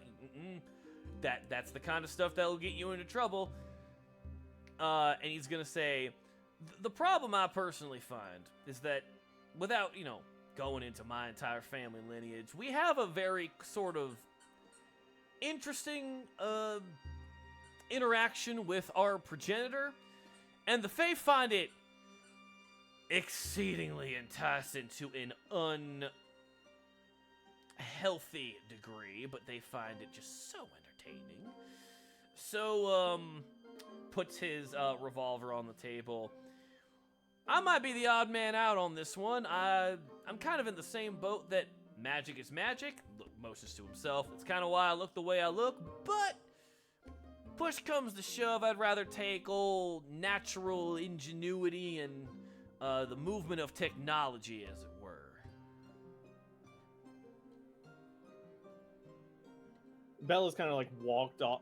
He started walking off to the kitchen to try and like cook something up with some of the supplies he picked up. But as soon as like the gun gets placed on the table, Belle immediately notices and runs over and just appears beside him. Why don't you just take a look at the gun? Like, I've never seen this model before. Oh, He starts nerding out over the tech. Yeah.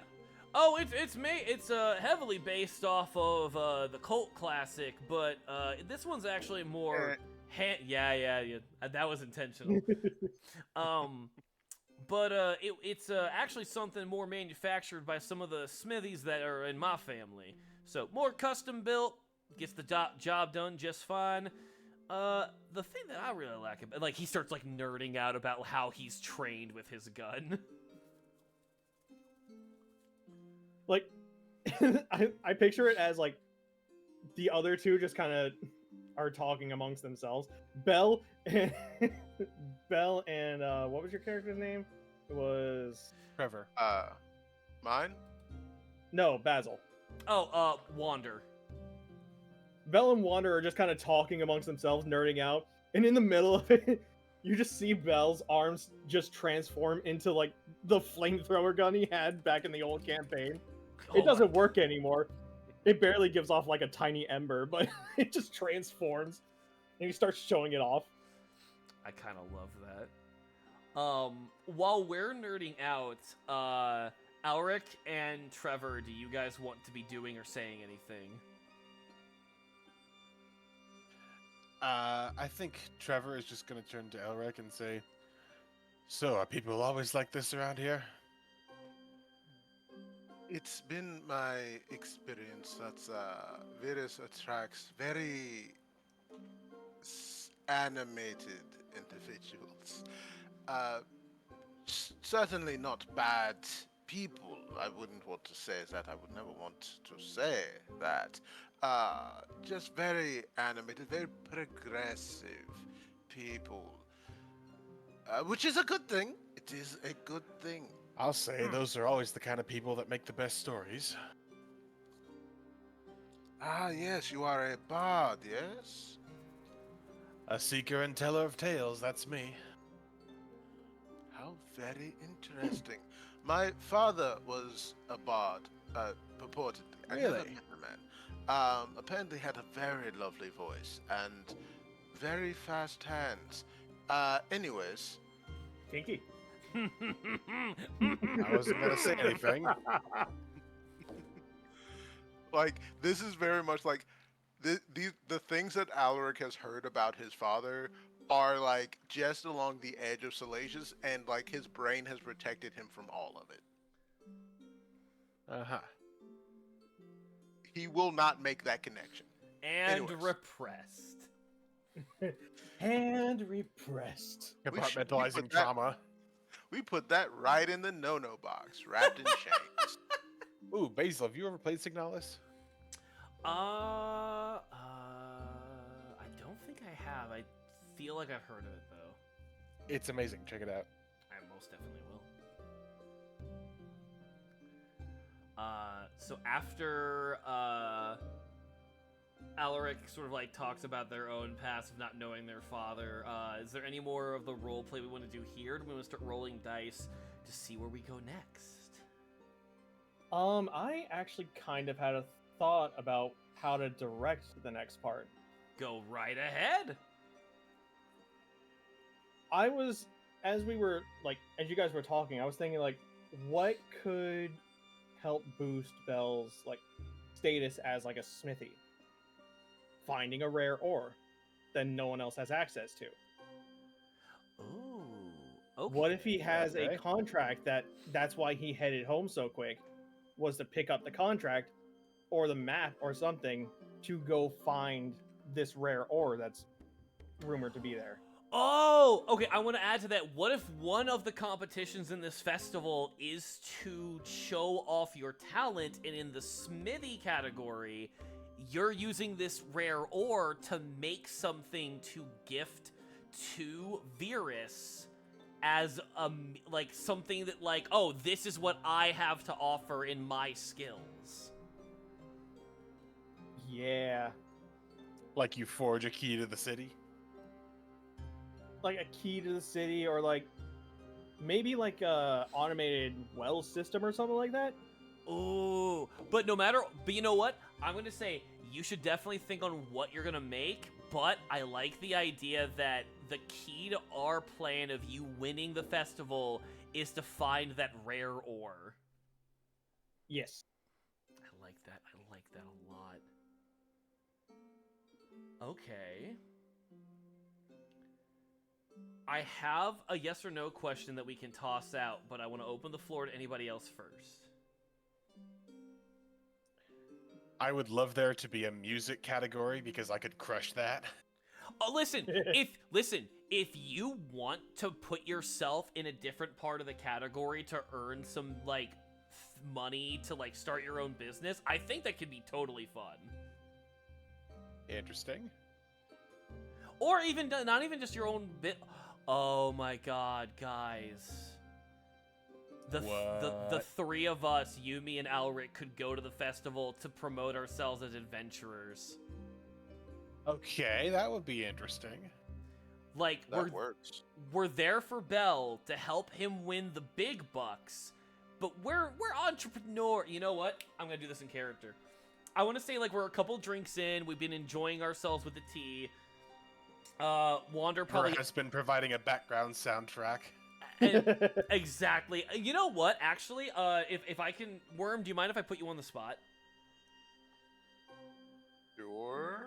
I would love if we're like in conversation about Elric like telling us about like either a memory of theirs or like a story from their home, and then I'll go. We're kind of media resing into like the middle or tail end of this story, and then I've got a way for Wander to do this in character. You're just saying this because you like to hear me talk. One, I like to hear you talk. Two, I worry that I am not giving you enough time to be in character. And three, I like to hear you talk. Oh, very well. So of course, at this time, the priest is simply trying to figure out what's going on. Why is everybody being so loud, so chaotic? Turns out, the chicken of the first farmer had been possessed by an infernal demon, and then tried to impregnate the other neighbor's dog. Who knew? He sounds a little cocky. Oh, but before, like, at first, Wander's got this expression like, why the dog? Why not another chicken? You say that, his immediate reaction is to point at you and go, boo! Meanwhile, And- Belle's off in the kitchen cooking. And then of course, the cleric threw up his hands, threw down his staff, and said, "I don't know, man. Honeycocks love beaches." Oh, that's even worse than the Bard's joke.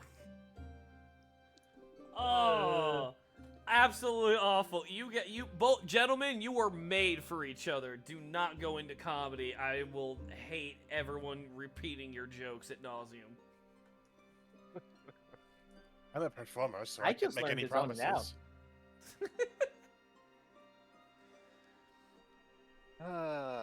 Although This is this is fun. Honestly, looks over to Belle. If I might be so bold, like, we're kind of hitting this off super well. I'm in the work of mercenary work and, you know, heroism, like finger, like quotation marks. So, my initial idea was to get to know you a little bit, Belle, and offer my ability to help you with whatever the competition is you're gonna go into. But Alric and Trevor, I actually wonder if the three of us should also come up with a little bit of something to show off at the festival. Get our names known. Like, we're all three men of adventure. Like, I feel like we could make something work here. Trevor flatters his ring and says, "I'm a Canaanite. I live for adventure." well, money may be the root of all evil. It is a necessary one, so I'm really only good at fighting evil anyways, so I'm in. Listen, evil can be a very subjective point of view, but Not having enough food to eat is evil as far as I'm concerned. that's what I'm talking about. All right, so this is what I'm thinking. When the festival arrives, the three of us, we should either go into a mock battle or do some kind of interesting way of, like, you know, we excuse me.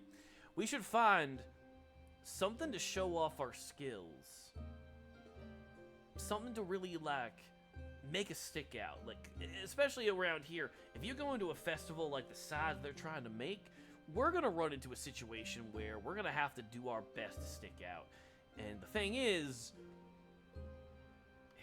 we're gonna be the needle in the haystack. There are people in my own family who have more influence as adventurers than I am even close to starting. And I'm not about to have nepotism be the way that I get into this profession. It would be very unruly. So we need to do something that gets people's attention. Something that's gonna really get people to look at us. And Belle, How long do we have until the whole thing starts to work it out?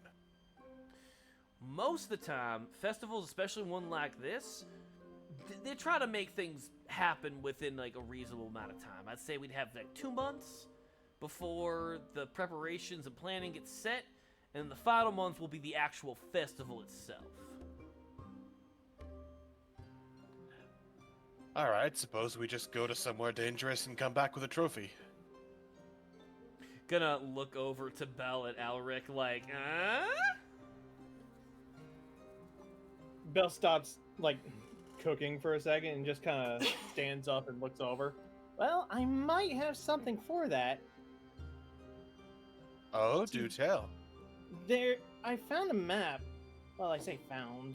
One of my friends gave me this map that shows where a rare ore is supposed to be.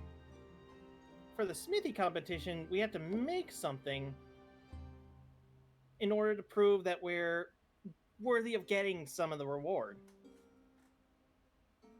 This rare ore is supposedly called Electrum. that is rare. I don't think I've heard about it. And if it's something that I haven't can heard only be about, found these around areas. it can only be found in mines that were abandoned a long time ago, as far as I know. But if we can find it, I can make something very, very good from that to just give to the whole city. I've heard of this electrum, so I've never seen it. It's very conductive with magical forces, no? Yes, that's why I want it. If anything, I can make something from it, and if I have anything left over, I can probably just upgrade myself. Well, where is it? It's a little ways away from here. It's way outside of the city. Near some of the... I think it's near the sea somewhere. Ah, I have to look at the map again. no, okay. I haven't heard about this electrum you're talking about, but I do know what you're possibly considering. There's a couple of different areas where this could be, but you're basically looking for the Giant Spine Mountains. I can explain more how that works, but for the sake of brevity, just pretend that what I'm about to say makes sense, that the mountains are everywhere for every one of the different realms connected to the city. So if there's a mountain, it's probably the Giant Spine Mountains. Doesn't matter where you are, it's probably those mountains. That being said, we're gonna have to probably do a little bit of research on which of the nation realms we're gonna have to go to. And I say that... May I attempt to check history to see if I would already know? Oh, I'm gonna say it's gonna be a very high DC, but you know what? Try. Can we make that an advantage? Because Bell does have the physical map. Yeah, you know what? I'll allow that. That's Hey, really smart. I'm proficient in history. I'm a bard. You never know. Might get lucky. Yeah. 11. So I'm gonna say, and that was with advantage, so like rolling another d20. Oh, no, shit. Yeah, I had to do advantage. 9. That's That's worse. I'm gonna say, based off the map and based off your history, Trevor, I think you're like the maps. You know what? I'm gonna roll for fate. I'm gonna see if the map isn't really a map, or if it's also sort of like a riddle. Ooh. And then a +1 to this, because I think it's likely that it is. 10, so no, it's just a standard map. But you know what? Maybe it's like a semi-unmarked map. But maybe I like the idea that Trevor, like... I have an idea. Shoot, what do you got? One of the ways you know a treasure map is actually legit is if it's labeled with weird markings that nobody but the map maker actually understands. So it's like one of the trails is just labeled that one place where we found a dead squirrel that one time or something, instead of an actual proper name that somebody would officially recognize. So deciphering all of that is probably going to be part of the challenge. I love that. Okay. I do have proficiency in investigation. Can I maybe do that? I would say Because- because of the failed history check and the fact that you technically took an action to help, I'm going to argue that that's not going to be doable here. However, hold on to that, because I am going to pitch us to do something else where that might be handy. Okay. Alric, is there anything you want to, do you want the chance to be able to add something to this? Alaric is just really happy to be involved because the alternative is finding a nice alleyway to sleep in. I'm just happy to be here. Wander's gonna point out that I like the idea that you know what, let's do this more in character. You said, let's say that in character Trevor mentions the thing about the map. Wander snaps his fingers. Okay, then that's perfect. We could go around.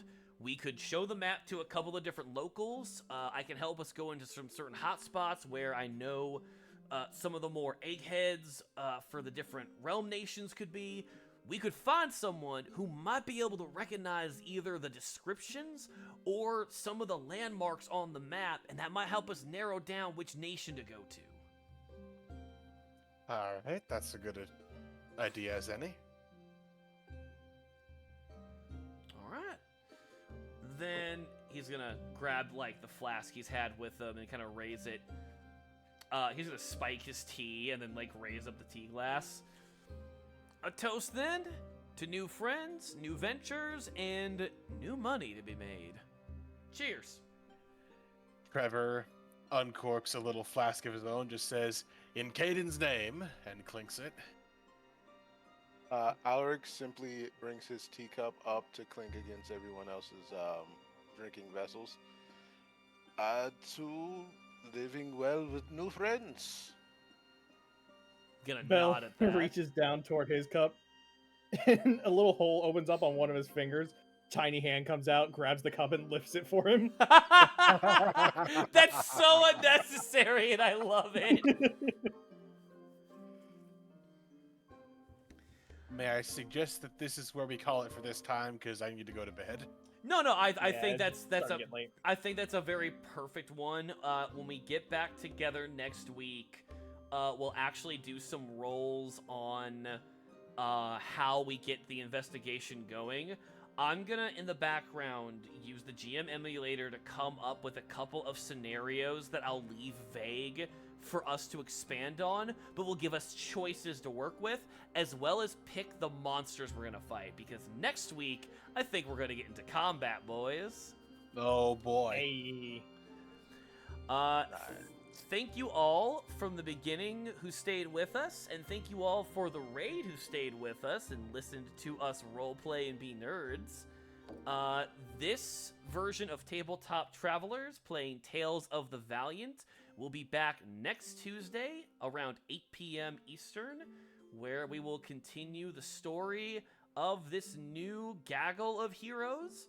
And if things go the way I want them to, we may even have another player join us for this adventure. Ooh. Yeah. Guys, I really hope this introduction to Tales of the Valiant, as well as how I want to run this game, has enticed you. I had a lot of fun. I think this was a very good and pretty damn natural way to start the story.